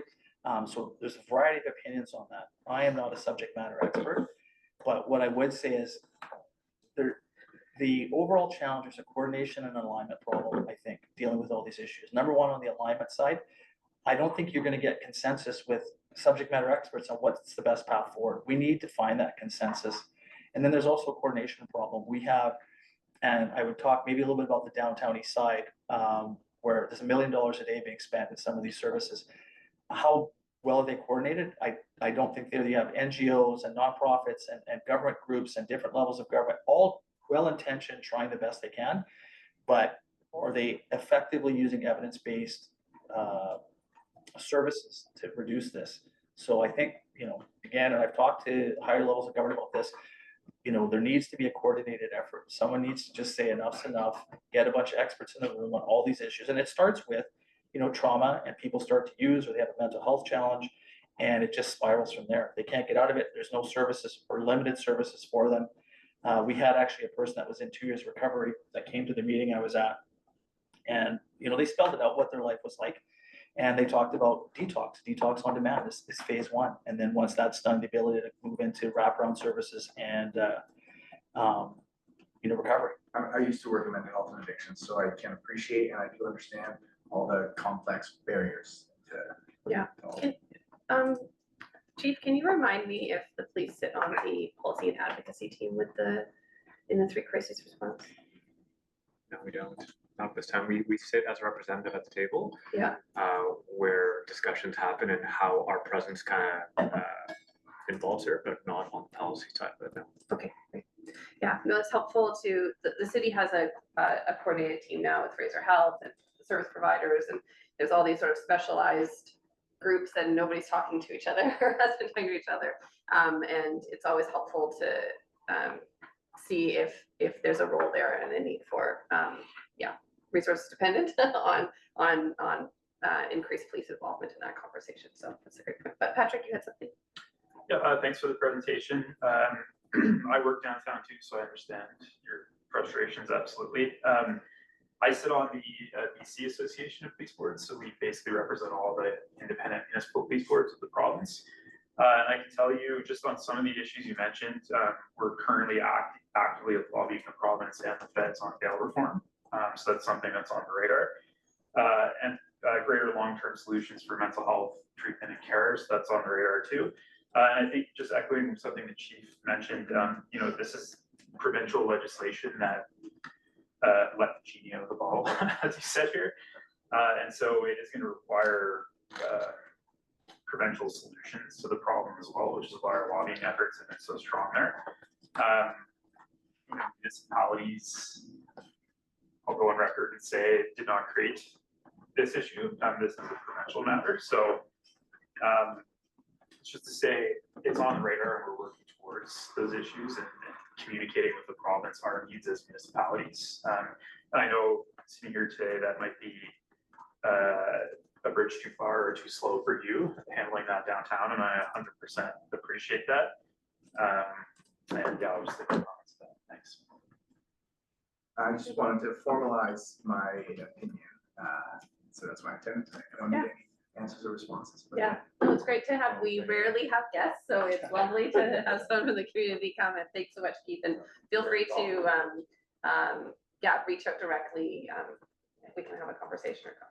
Awesome. Appreciate it. Well, take Thanks care. so much for your time. Thank you. Thank you.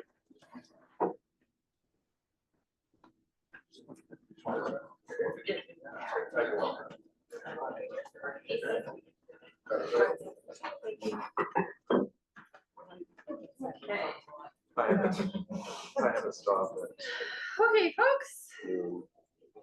Well, let's get back to it. So, consent agenda. Would anyone like to pull anything from consent? Patrick, 2.1. 2.1? Yes. Anyone else? no. Looking at the consent pullers, Kelsey and Mary. Okay, can someone move adoption of the consent agenda? So move second, Mary, all in favor, all opposed, carried. Excellent. 2.1, Patrick. It was a simple matter. I wasn't marked as present and I was present. Oh, I'm sorry. I'll fix Okay. that. Thank you. Thank you. Same with the closed meeting while we're. Okay. Copy paste that. Excellent. All right, will someone move receipt of the approval of the minutes? Heather, second. Mary, all in favor, all opposed, carried. Great. Ongoing business, just a little trinket. The draft 2026 operating budget report. You can sit wherever you like.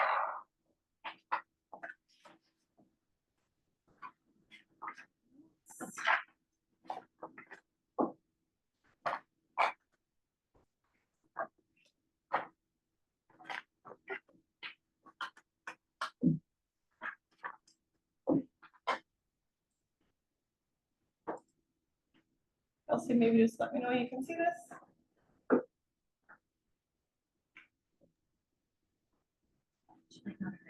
Kelsey, can you see the presentation?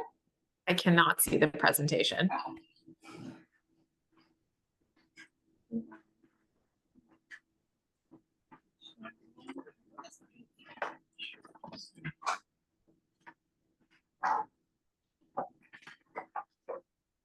Now I can. Thank you. Oh, you can? Yeah, now I can. Okay.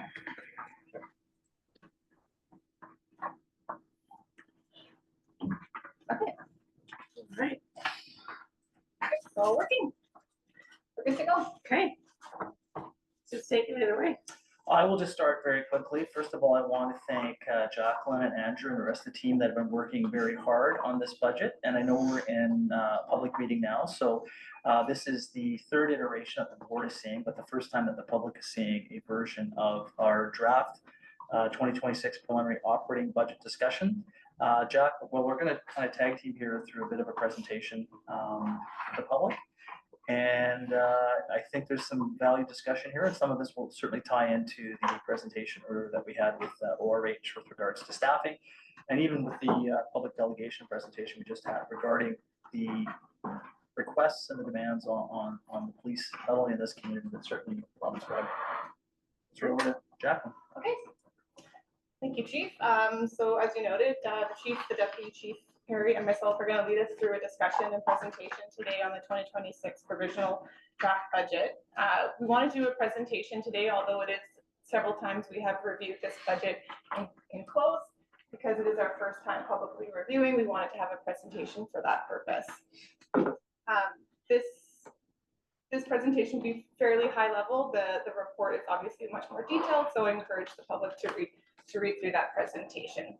So today we're going to review a few key topics, purpose and objective, why we're here today and what the presentation is meant to achieve, some background information on the budget development and steps we've taken along the way, some information on budget comparison and analysis, and then finally we'll review each of the enhancement requests. So today the purpose really is to walk through the draft provisional budget to discuss what we've reviewed so far, starting back in April. And the main objective is to seek a recommendation from the US Police Board to approve presenting this information to Council on our joint meeting in October 6th. And just a really quick review that for the public, that the police budget process is that we are required to have a approved provisional budget by November 30th. And then any adjustments to that budget must be submitted and approved by March 1st of the budget year. Kelsey's just asking, are you advancing the slides you have, right? I think she's not seeing them. Oh, okay. I'm just on the, I'm on the first slide Okay, good on to my know. screen. We're all Yeah. on the slides, so let's just, but if people are watching, Well, they're you'd have this for the public, but if she could follow along. But also the public might wouldn't not be able seeing to them either. So it just means I'm sharing the wrong screens. How about now? Still the same. Oh, there we go. Yep, better. Okay, Today. so 5 years. for those watching, we had key topics. Budget process. Okay, so I will turn it over to the chief now to talk about the background. Yeah, just at a very high level, and I know from the board, we've had some discussions around this and regarding our strategic plan, and just for the public's consumption, our strategic plan technically expired in 2024, and I think it's an ongoing discussion we've been having and something we need to address. While we are updating the milestones internally, and the long-term strategies kind of remain the same, we're trying to tie the budget obviously to our strategic plan. I think that's important. We talk about our purpose, which is serving the community with integrity, excellence, and compassion. I think that's very important in the times that we're living in. The long-term strategic goals we have are obviously listening to our community. We're very dependent on public trust, and sort of listening to what they're telling us, as we did today, is very important. So we can shift on the fly our resources and priorities as necessary. You know, in serving our community, I think this organization does amazing work.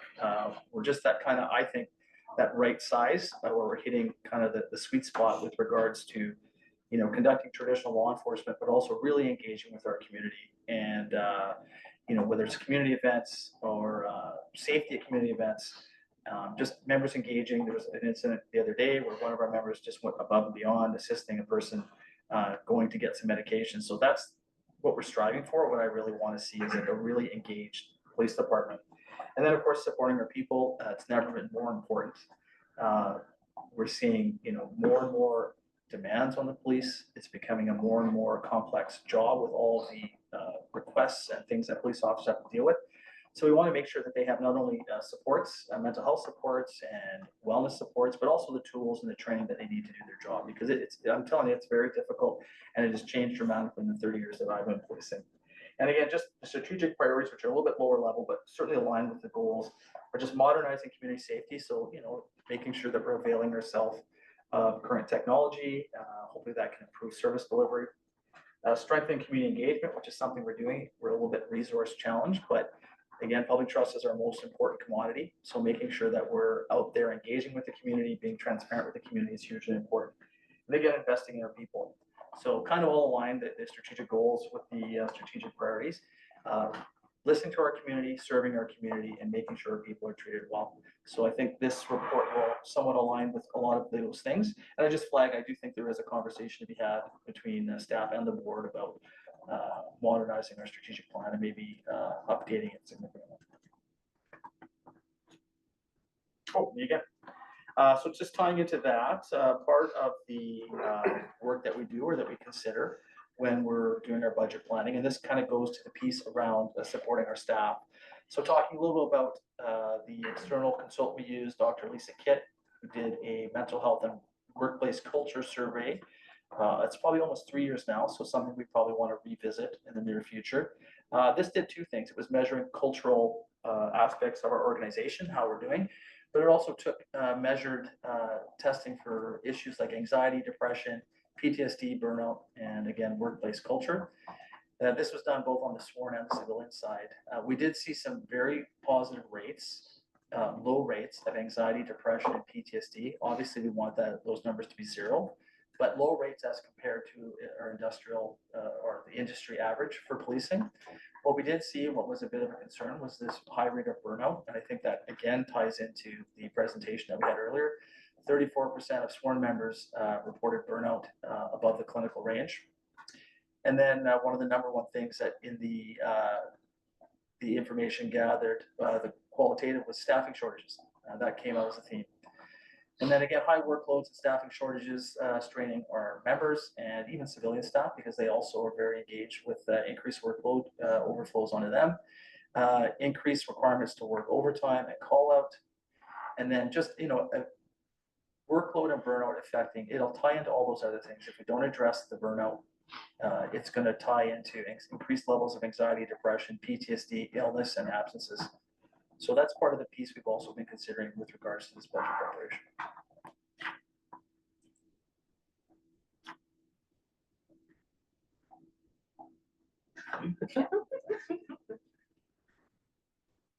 I know the board's heard this and some people online may have heard it, but just for continuity of the budget proposal, that I'll just go through this quickly again for anyone else who may have joined will hear this later.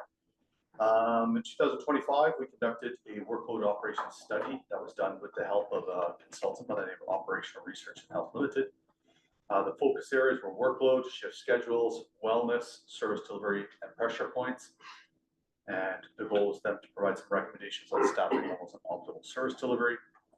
The results and key findings were that patrol units were under-resourced. There was high officer utilization rates, risk of burnout, slower response capacity, also longer response times, reduced attendance at lower priority calls. Average time on scene has been increasing over the last 5 years. And also there's an issue that our current minimum staffing levels are believed to be too low.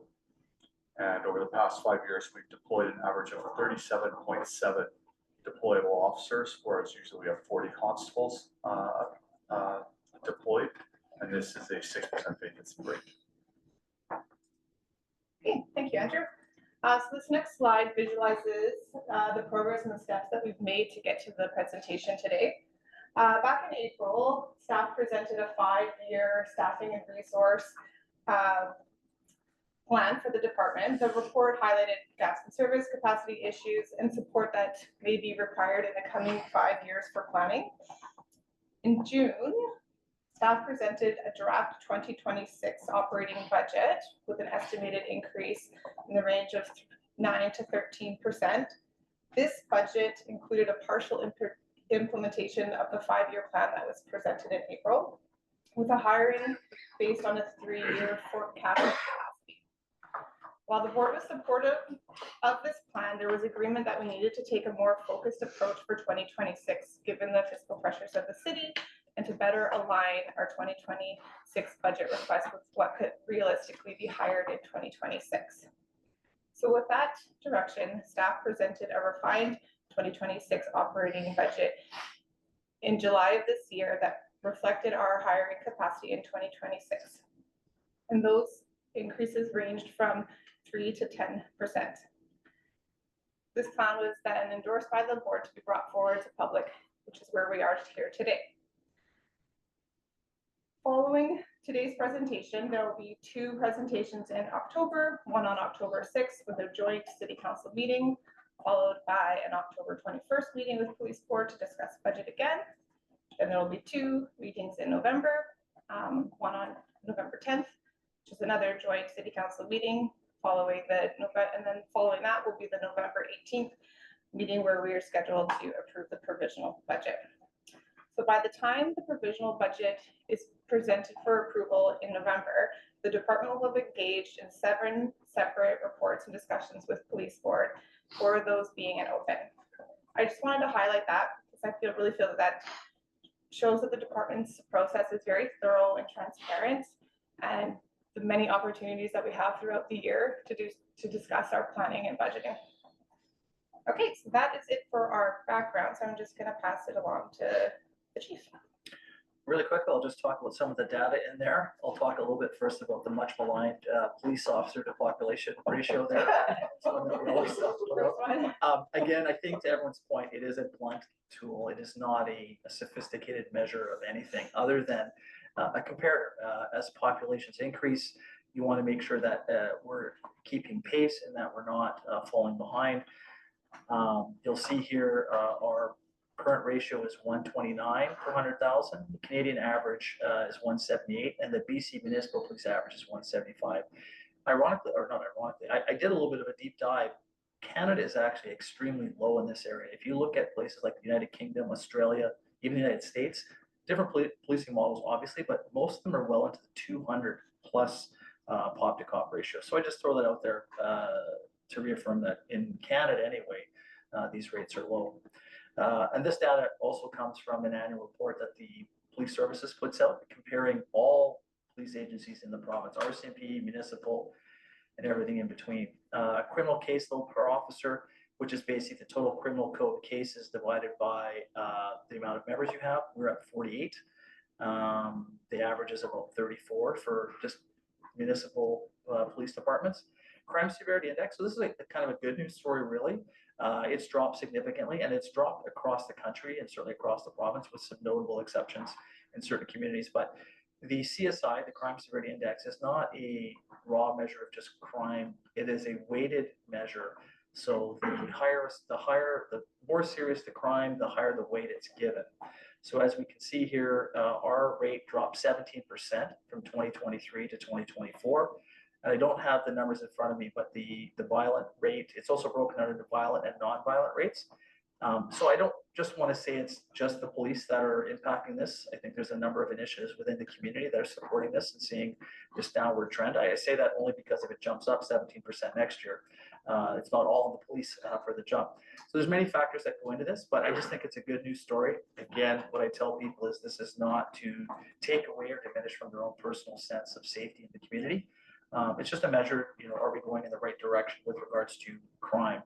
This doesn't count other calls, social service type calls, mental health calls that we're going to, but just the raw level. We haven't had a homicide, I believe, in 3 years now. So that, homicides obviously are huge. Is it real? Yes. Little strip on the edges. Yeah. Yes, that's good. So just a really quick thing, and this is I'm just kind of referencing some of the bigger graphs in the report. The population growth versus authorized strength growth in the last 10-year period, we've seen the population of New Westminster roughly increase by 28%, while our authorized strength has increased 6.5%. Again, it's not to suggest that these two numbers need to be completely aligned, because there's many factors that go into public safety, but it's just an acknowledgement again that we don't want to see the police department falling behind. We see other examples out there of organizations that lapse, or all of a sudden they need to upsize quickly in a short period of time after their service delivery takes a dive. And then just really quickly again from the annual report that Police Services puts out, and this is our net budget divided by population. So we're per capita $376 per citizen. I'm assuming that's all citizens, not just tax-paying citizens, but and the BC Municipal Police average is $390. So we're just a little bit lower than the average there. You'll see the departments that are higher on this area are similar to us in that they're core cities. I believe that's Vancouver and Victoria, cities that have a dedicated downtown core, and also see significant changes in their population, say throughout the day. Lots of issues with transit, people coming into the community at different times. So they're not necessarily just policing the population of New Westminster, we're also policing, people coming, live, working, and playing in the community as well. That's just to highlight some of the data. There's obviously a lot of charts and whatnot in the report itself if members of the community want to avail themselves of that. Thank you. This slide here is just displaying our historical budget analysis for the past several years. From 2017 to 22, the average budget increase was a modest 3.7%. And we do want to highlight the last few years. We recognize that the budget increase has averaged about 10%. And I do feel within that percentage increase, it's really important to recognize that 70% of those increases were due to non-discretionary changes based off of collective agreements, increases from e-com, integrated teams, items like that. So while we have seen a significant budget increase the last few years, a lot of this wasn't enhancing our operations. For 2026, we're currently estimating a range of 8.36% to 10.9%, which is roughly 2.9 million to 3.5 million. Similar breakdown within these ranges is that about 70% of that is non-discretionary, while the remaining 30% is for discretionary operation enhancements. Within the non-discretionary increases for 2026, we have collective agreements at about 3.5 to 4.6%. Contracted services such as integrated teams, e-com, and other contracted services such as Prime, jail guards. These ones we have some confirmation on. I have 2 slides on integrated teams and e-com, so I'll review those ones. There are a few estimates still to come within the general contracted services, but most of those contract increases have been received for next year.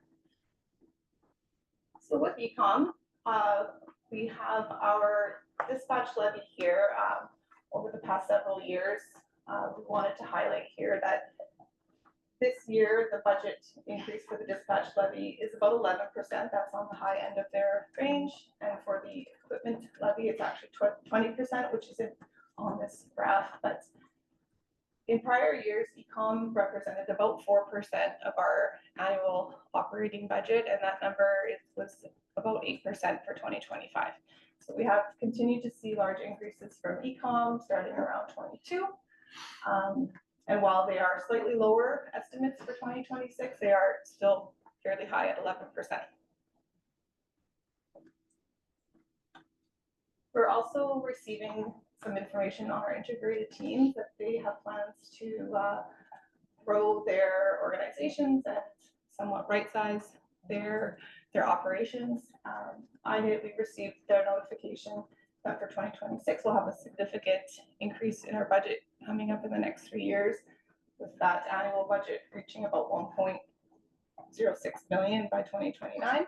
This graph here just shows the sort of increases that we have received from these groups as a whole. So they're not any group individually, it'll be all of our integrated teams together, and then what they're forecasting for through to 2029. So for 26 specifically, all of these units, the combined total increase is $340,000.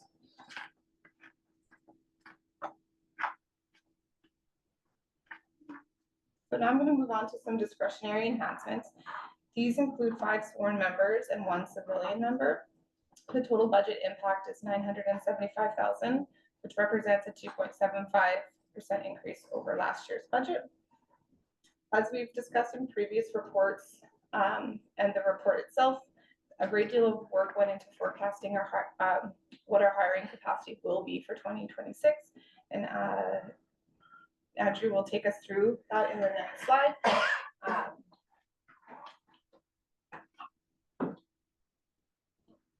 just lost my spot here, so I think that's all I had for this one. I have a slide on each of these points, so really this one is the summary, and then Angela will take us through the hiring capacity, and I'll take us through the next slides. There you go. Higher capacity, we received direction from the board that we're looking to the funding request in 2026 should be limited to positions that were realistically filled within the year, previously using a 3-year average. The current funded strength is 127 sworn full-time members through the police board budget. This does not include seconded or granted funded positions. This breaks down into 115 positions for authorized strength, and 12 full-time positions for the backfill strategy. 2026 hiring outlook, we forecasted 125 sworn members on payroll as of December 2025. For recruits, we're looking to hire 5 in January, so this will be the equivalent of 5 full-time members for the budget. We're looking to hire 5 more recruits in May. This will be prorated because of the later start to 3.3 full-time equivalent. Then in September, another 5. Again, this will break down to 1.7 full-time prorated. Experienced officers, we're looking to hire 2 to 4 to be hired over 2026. In regards to attrition, we're anticipating 6 full-time officers via resignations and retirements over 2026. For example, 2026, we already have 3 that are eligible for retirement. Then we actually have 3 that are technically eligible in 2025. So we're anticipating a net staffing increase of 6 to 8 full-time officers in 2026. Next is in regards to the patrol staffing enhancements. Heard about that in the presentation. The key recommendations from the consultant who did the patrol division workload and staffing review. One is recommending that we raise our minimum staffing levels from 6 to 7 constables per shift. That we increased our authorized strength from 40 to 44 constables. Again, it's just for patrol. 2026 budget impact. 1 constable per patrol unit, so 4 total. Full year cost is estimated at $680,000. Our plan is to phase the approach to align with recruitment capacity and manage the financial impact the best we can. Therefore, the 2026 budget request is for $4,225. Thanks, Andrew. This slide is to present 1 FTE for the gang suppression unit. If you recall, back in 2020, there was some grant funding provided to create a gang suppression unit. This unit was created to combat gang and gun violence, focusing on prevention, intervention, and enforcement. In 2023 and 24 fiscal year, and for the province, the department was required to gradually assume funding to maintain the unit and continue to receive grant funding. Last year, we did add 1 full FTE sworn member for that program. If we don't continue to absorb the funding for this unit, we will risk losing the grant completely for the remainder of the grant. So with that, the request for 2026 is to fund 1 authorized strength at a cost of $170,000. Can I ask a clarifying question? Yeah. Join away. So we didn't really add, like, we added a budget cost, we didn't add a body. Right? We added it, well, we Because we were maintaining the increased- status quo by, like, we were losing money, so we had to add money. yes, but we did increase our authorized strength last year from 114 to 150. Because that once For was, this yeah, position? pardon me? For this position? Yes. Sexual. Nope, that one was Okay. taken off the table. Okay. Yeah, because like, while it technically was just a removing of the funding, because we didn't remove this Right. corresponding salary, it did technically increase our authorized strike by 1. Gotcha, so the one this year, Would also be another, it'd be in addition to our. I'm not following sworn. that. Well, because we are, like, if we were just to remove the funding, we would have to also remove the authorized strengths. But we're keeping the authorized strength. We're We just know adding that the GSU is not part of our authorized strengths. They're not funded through the police board budget, so they're not Oh. part of our authorized strengths. So when we say we Okay. have 127 members of, like, so 115 is authorized strength, and there could be some for secondment, there could be some for grant funding, et cetera. It's not part of our. They haven't been counted. Yeah. I see, okay, Yeah. I So we're understood. gradually taking over. Yeah, We have a gang suppression unit, the sergeant, 3 constables, and they're slowly pulling the fight gotcha, back. so, Yeah. so authorizing the side, it's not a net new position, It's not a net new Yeah. position, it's Yeah. just an increase in Just- our authorized strength. gotcha, yeah, thank you for the clarification. Yeah, no problem. Okay. Sorry, it's for you off. Electronic file assistant, which we are now leaning towards calling these positions digital evidence disclosure specialists. We also see that term thrown around. A little bit of background, in 2020, the BC Prosecution Service and police agents signed an MOU on electronic disclosure standards for reports to Crown Councils, to definitely become much more comprehensive for both major crime and for patrol reporting and disclosure standards. We've already hired and it was approved to hire we converted it, didn't we? The digital? Yeah. So we currently have a patrol-based digital evidence disclosure specialist, but over the year, we've realized that we will likely need a team of these and are moving in that direction to be able to provide cross-department support and have some redundancies. There's been obviously increasing ongoing disclosure demands, time pressures. We also had some staffing challenges. And unfortunately, with the requirements now that case law such as Jordan on getting timely disclosure, we need to make sure we have redundancies in place and we can do this in a timely manner so we don't put any kind of prosecutions at risk. So we are asking for a 2020 budget request of $105,000. We believe that we will hire this person by January 1st. The reason why is that we have already been looking at doing a temporary full-time position. The hiring process is well underway. Thanks, Andrew. This slide here is for our JIBC recruit training. We have permanent funding for 12 recruits annually. Given our hiring capacity and forecasting, we really feel that 15 annual recruits will be required for the foreseeable future. So we're requesting $102,000 for 26 and onwards to support this funding. The graph here just displays that in 2022, this is when we were started to be required to pay for JIBC recruit training, in addition to what the recruit was paying personally for the program. So, and those are just some of the annual increases, around 5%, a bit of a pickup in 25, and then they're forecasting about 7% for next year. This slide is just on the firearms budget. We're looking for $75,000 to support firearms budget for 2026. As you can see, the actual firearm spending has historically been significantly higher than our annual budget. Within this budget line, it isn't just equipment, it is actually all of the training that goes into operating the firearm, the range rental, the ammunition, all of that's required for firearms training. In recent years, we've seen a really drastic increase on the cost of ammunition. Every year we've just been over budget and we need to make sure we right size this account so that we're not having to compensate in other areas and have it properly funded. That is it for that one. Go to the next one. There we go.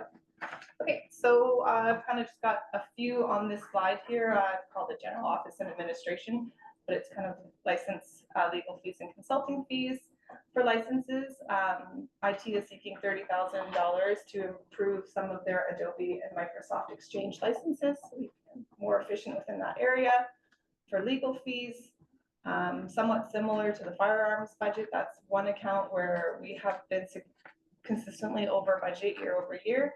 It's difficult to estimate this account because we don't know what's typically going to happen year over year, but we have found that there's been increased complexity within these accounts for disciplinary matters, arbitration, access to legal support. So we're hoping that the board will support the additional funding to ensure that we do not go over budget in this account.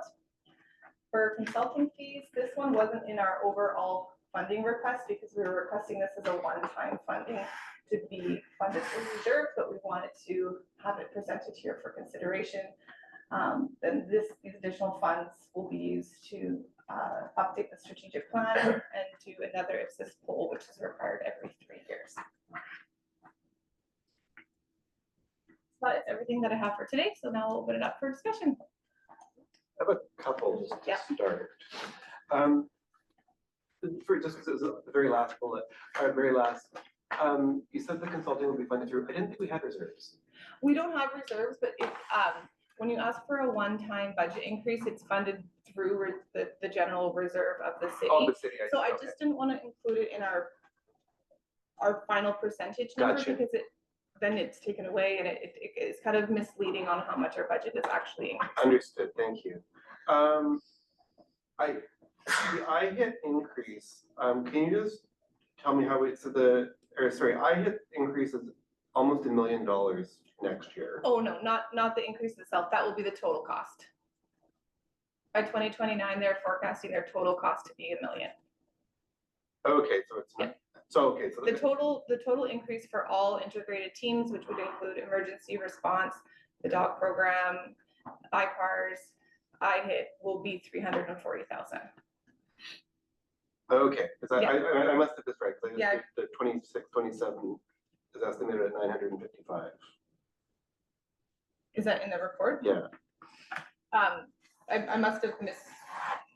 So I was telling you, it just wasn't rational. Yeah, no, that's, the total increase is 340. Okay. That is likely just a typo. That is their estimate for the full year. Gotcha, okay. I'll leave it there for now, as I scroll through it. Sure. Anyone else? Mary? I'll just tag on to the integrated teams. So you're saying that the increase for IHIT over the 2021 to 2022 fiscal year has been a 70% increase? That's what it says in the report. 21 to 22, from 21 to current day. Okay, from Yeah. 21 to now, Yeah. it's gone up 70%. Yeah, they're on a different year end than us. Okay. Because of the March 31st, so Okay, sometimes like and what does this 340, what does the 2026 budget of 340 include. no, what percentage increase is that from last year? Do you know that? Just for IHIT alone? No, for all of the teams.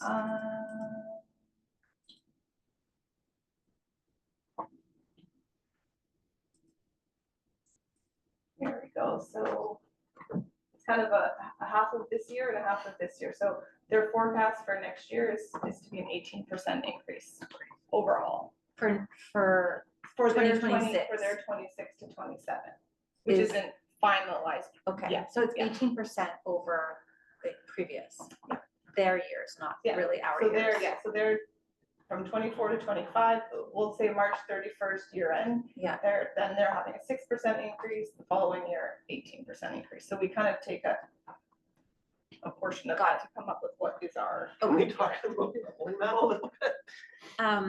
So my next question is, when was the last time we did like a really detailed review of the integrated teams and how we use them, how we benefit from them, and the costs that we've like a really, we've had several conversations, but when have we done a very detailed review of this service?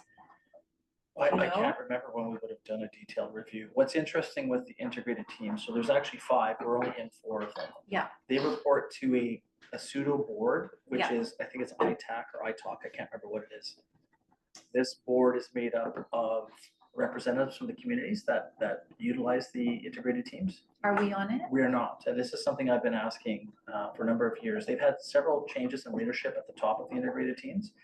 And I was talking to one of the individuals who actually presented here, talked about that, given the level of integration and the number of municipal members, that there should be police board representation.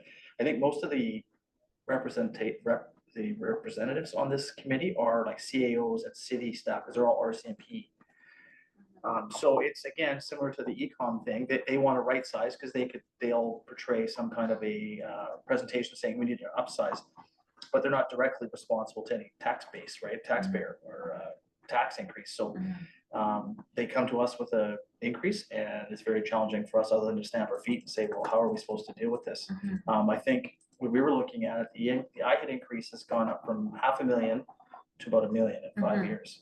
So we have 2 members there. We've had, Martha pulled up some stats, other than 2021 where we had 5 homicides, we've had very few homicides over that time. So Very few. there has been an internal discussion around best bang for our buck, but there's some complications with that as well. The province very much wants integration. I don't know if there'd be an appetite for us to withdraw from some, all, or any of the integrated teams. And certainly if we did, there may not be any going back. And it also had, it's a 2-year out. So if we decided today that we wanted to get out of someone, we'd be waiting for 2 years. So I'm wondering, Tasha, if I could ask you as the chair to consider putting on an agenda, a detailed report from staff on the integrated teams and covering off in one document all of those things, because we kind of verbally talk about it every time, but I don't want to just keep talking about it. It would be helpful to really have all of that in a report to review. And I guess it is similar to e-com in the increases, but I do feel that there's a bit more transparency with e-com. We've had more access into understanding the increases and having a voice there. It feels like there's no voice here. And, you know, a 70% increase is a lot over time, especially if we're not really requiring that service. I know, knock on wood, we could, and hopefully we don't, but I guess I just feel like it would be helpful to have a really much more, I guess, deeper understanding of what this service is to us and how we consider it in the budget every year. So I mean, I would recommend, because that is an addition, I think that is more than sort of a memo back to the board. Sure, I think yeah. that there's some time and energy that would be required to do that analysis. I think that it would be appropriate for you to put forward a motion to direct staff to be really clear and to also see if the rest of the board members agree that that's, yeah, like something that worthwhile a use of time. Yes, so I'm not going to direct staff to do that, Yeah. but if you would like to move a motion to do that, you're Yeah. welcome to do so. And do you think it's reasonable that it would be included in a work plan at some time in the future? Like, I'm not suggesting that we have it for next meeting, but that at Yeah. some point. I think that as an initial step, perhaps, if the motion were to be successful, the chief could maybe report back in the next meeting what like a reasonable time frame for that report to come back, given the workload Okay, of Yeah. current staff and current Okay. projects that are underway. okay, so I would move that motion, that staff determine a appropriate timing for a detailed reporting of the integrated teams program that New West participates in, that would address budget, benefits, and future costs, and also the accountability. So like, how do we have a voice in that or not? Okay, so that is. I know there was a lot there. Daisy. Sorry, Daisy. So, Mary would like to move that the chief report back on a timeframe and framework Mhm. to provide an analysis and evaluation of the integrated teams that New West participates in. Thank you, that was so good. Well, next time, write it up before. Yeah, sorry. Just Sorry, I kidding. should've. Just kidding. It's I all good. No, that works, right? Does that work? Does that work for you? That sound okay? If that's okay. You would need a seconder. I need a seconder. Thank Okay, you. Heather. Would you like to motivate your motion or? No, do I just- don't think there's anything else to add. I mean, I just think it's an important part of our budget, and I know that there's benefits that the members also rely on, so, but I think it's something we need to consider, funding, like because it is taking away funding where we might want to spend it up in other places, so. Procedurally, I'm a little unclear myself on whether that would be part of the broader motion, which would also be to adopt the draft. There's a recommendation to approve the draft operating budget. Just not to approve it, just to endorse us bringing it to. Yes. To the joint meeting. Yeah, it's unrelated to, Unrelated. Yeah. So, okay, then we'll just go with that. Does anyone want to comment on Mary's? I have a couple comments. I think there was language in there around an evaluation. I think we need to be clear what that means and what level of evaluation means, because that could be a very lengthy, expensive process if we're engaging someone to be involved in coming and doing an evaluation, or is it the chief and staff's perception of, so I think we need to put some parameters around what we mean by evaluation. And for me, I would be more interested in us as a board advocating the integrated teams for us to have a role at the table. More so than this at this point. Yeah, I agree. Like the governance needs to be cleared up. Yeah. But that's kind of what I thought would be in there, like a summary of like the whole of the governance process, that kind of thing. And then as a board, we can say what are the next steps. Yeah. And my intention is to hire out to do it. Would it be appropriate to infer that you would make a judgment call when you bring back sort of the proposal of what like staff would do on that, that you would say that this is just an internal evaluation versus an external evaluation? Yeah, I mean, I think it would be going to the stakeholders, gathering some financial data, information about governance, and presenting a report to the board. And of course, if the board has more questions from that, I think it'd be an ongoing conversation. The governance piece, I think, is important.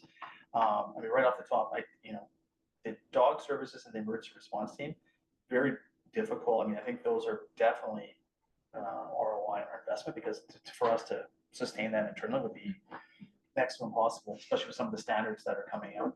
The IHIT one, though, I think is definitely something that should be looked at, just given the numbers. We haven't had that many homicides. Right now, it is a very expensive insurance policy. That said, when IHIT does come in, they provide top-notch service. Sure. But again, they haven't, they would come and tell you, they'd show you the numbers where they haven't increased their staffing since 2008, I think, when they originally started. So they're doing what many people are doing, trying to right size. And I think it's a good conversation for us to have with these teams as well, with regards to, relaying some of our concerns about leveling costs and service delivery and what that looks like. Well, Kelsey, do you have anything to add? I can't see her. I'm just looking at, let's go here. No, No, I don't have anything to add. okay. So all in favor of Mary's motion to. Do you want to add something? No, I'm just looking at who's going to do this. All the faces. Everyone's like, well. Time to go to the washroom. It includes a recommendation of a reasonable time frame in which that this could be completed. Not expecting it next couple meetings here for sure. All in favor of the motion to direct that work to staff? Sorry, can you just read the motion again? Sorry, maybe I'll get Daisy too. Move the chief report back on a time frame and framework to provide an analysis and evaluation of integrated teams that utilize Smiths to participate. Yeah, so I guess at this point, the motion is actually directing the chief to just come back with a plan to do that work. So you're not actually approving the work to be done. Yes, is that, okay, all in favor? All opposed? Carried. Heather, was that opposed? No. In favor, okay. Just delay. There's a delay. Okay, awesome. All right, thank you. Okay, back to budget discussions. Can I ask more budget questions now? Sure. Okay.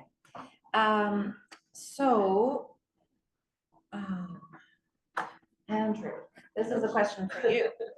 Of the staffing that we budgeted in 2025, how many will we have managed to put through the process to become members?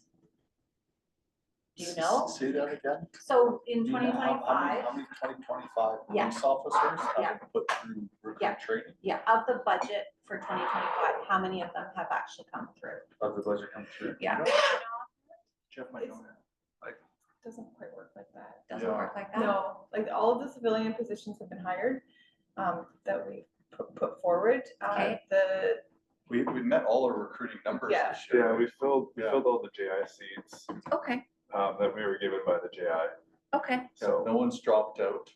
But is that what we budgeted for? If we met our budget, I guess? Enhancements. Yeah, the enhancements.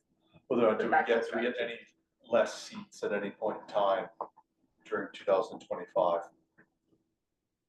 So we got 5 in the fall. We had Right. 5 in the fall, had 4. But those are not positions that we've requested last year. That's just our regular. The regular? flow of items. So I think it's not quite like an organization where you add a new position and then that position is hired.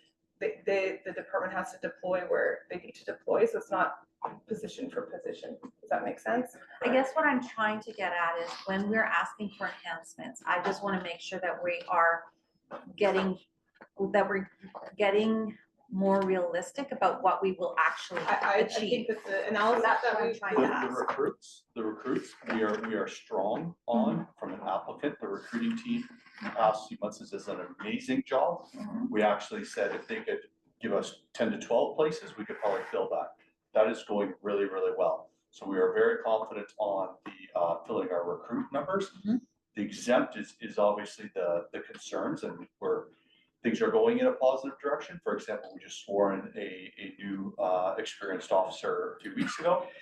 There's a few more on deck right now as well. So we are confident with the numbers that we have presented at this point in time, this snapshot for both recruits and experienced officers, that we are in line to be able to achieve those goals. Okay. Yeah, Okay, and if we got more spots at the JI, might be able to do more. Okay, thank you. And then my last question is around the legal. Are you confident that the increase in legal, I know you can't be ultra confident, but what is the increase over last year? It's 50K, right? The annual budget is about 100 right now, so 100. it's a good jump. Okay. It's still under what we were the last 2 years. I think last year we were in the 200 mark, but there was a lot of things going on, I know, last year, so it depends how much is required at the time. We have ongoing reviews. I would say I'd be confident, it's reasonable. Yeah. Just on the bills that I've seen. No, I'm not trying to budget There's less. no I want to meeting. make sure that we're budgeting Yeah. enough. It's just a really hard, I think it's a step in the right direction. Okay, great. Those are my questions. Thank you. Who's up? I wouldn't say I support the enhancements. I think they make sense from like the work that we had earlier, the work we saw presented earlier today. I did want to ask Mary just a little bit about what does the approval process look like for e-com? Because I have concerns. So when they came to the table, they were bragging about all their metrics being improved, and I had said directly to them at that time, this is great, but you need to get your finances under control because you can have all these great metrics, but it's at a financial growth rate that's unacceptable at this point. Yeah. So I'm just wondering, like, what has the board said about their increase? 'Cause it's significant again this year.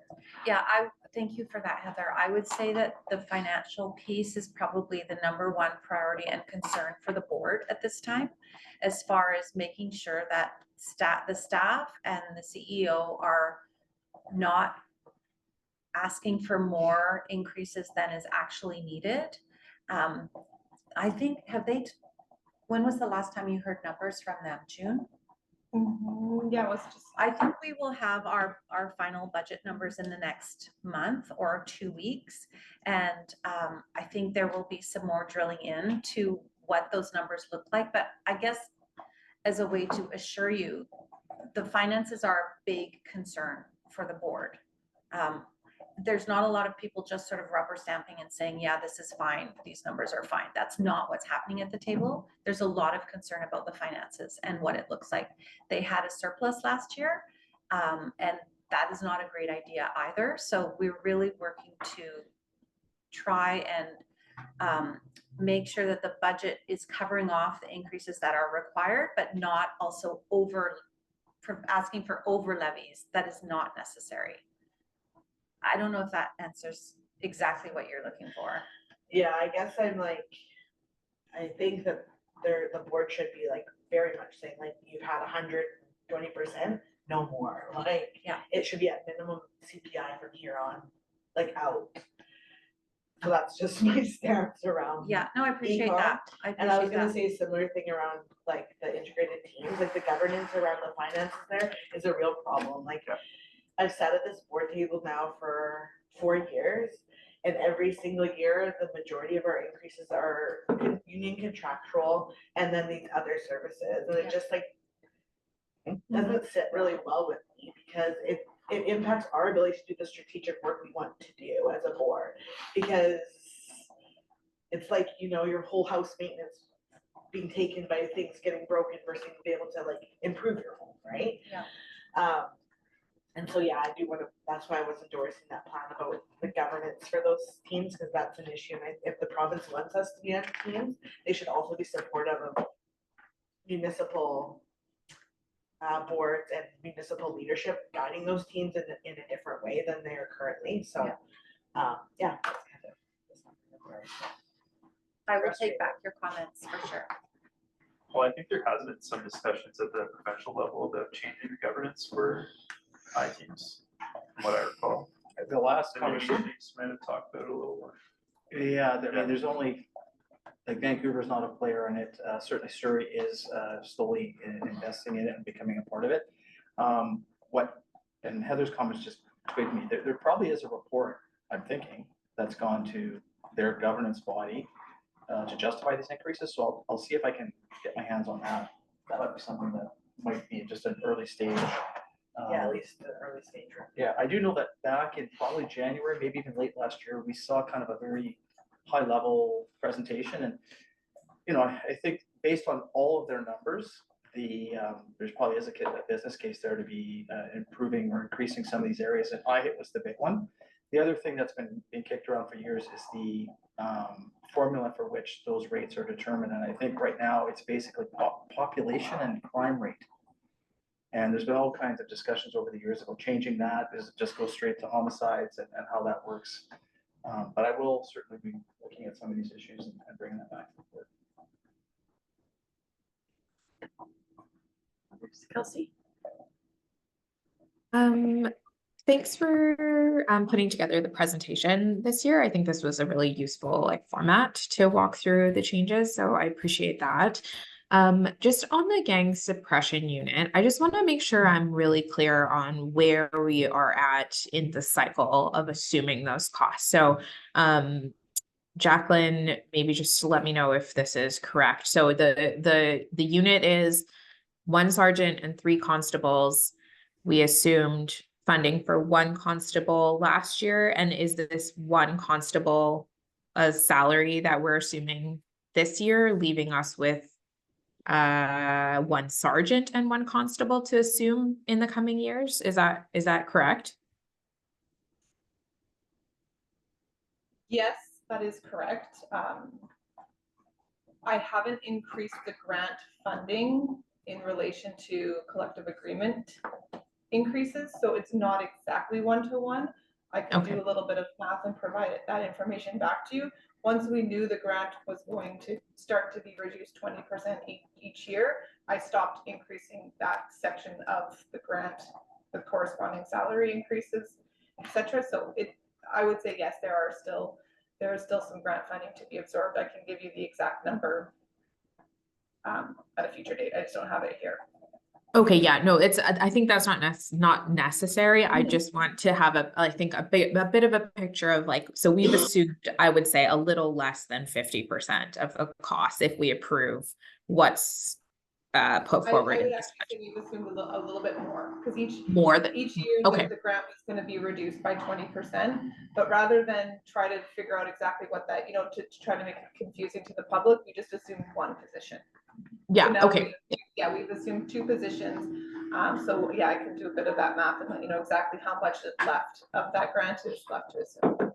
Okay, yeah, I think that would just be helpful for us to just have that picture so we know sort of what our obligation is going forward, but that's helpful. I'll build that out. I'll build that out for the next report. Great, thank you so much. Anybody else on the budget? So I think it might be relevant or just to flag to the board. Council passed a motion last night to include in the budget options that they would receive a 0% and a 2.5% property tax increase option.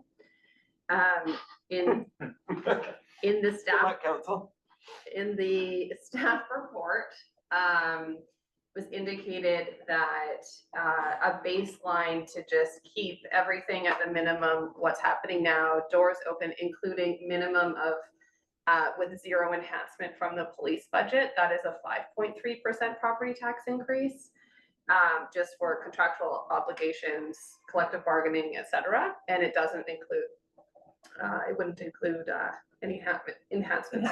But it does include our salaries. Yes, but it does include the salaries, but just 5%. 5.3. Our non-discretionary is, what does? So this is for the city. For the city, yeah. For the city. That would include talking about this right now. That would include the baseline for policing with no enhancements. Can I comment? Well, just let me, yes, please finish, or after. So I just want to flag that I don't know if council were to adopt that. That already, a 0% when there's when we need 5.3% already means reducing the city's operating budget by 5 million, because it would be at a $5 million loss. So it would be a further reduction if we were to pass $975,000 enhancement request. So there'd be an additional $1 million that needs to come out of the overall budget. I don't know how that shakes down in terms of how that, maybe it's just would be up to the city to find 6 million and we still get the enhancement. I just wanted that to be on your radar, that is a conversation happening at the city.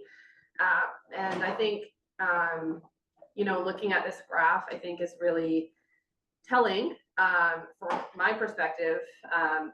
The average of like 3% increases from 2017 to 2022 that didn't keep up with those basic inflationary increases here at the department alone, and then we've had multiple 10% increases. And my cautionary tale to council would be that kicking this can down the road, it eventually catches up. So the piper needs to be paid at some point. So I'm not sure where that will land. You're welcome to comment on it. I just wanted to give you some framework of this in the context of what's happening, the conversations that are happening at the city. Yeah, Drew. So my perspective is that sounds like a very political conversation that happened at a political organization, city council. Great, they can propose 0% and 2.5%, which seems very arbitrary. But as a board, I think it's our responsibility to come up with what we think is a realistic increase for the board, regardless of whatever motion the council has passed, wanting a 0% or a 2.5%.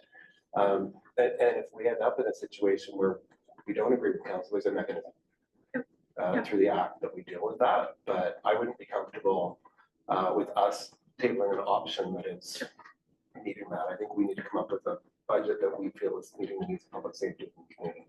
Yeah, 100%. That is the role here. I just wanted you to be aware of that bigger context, because it is possible that the chief may experience some pressure at the SMT table or whatnot around reductions in that case, but ultimately it's the board's budget.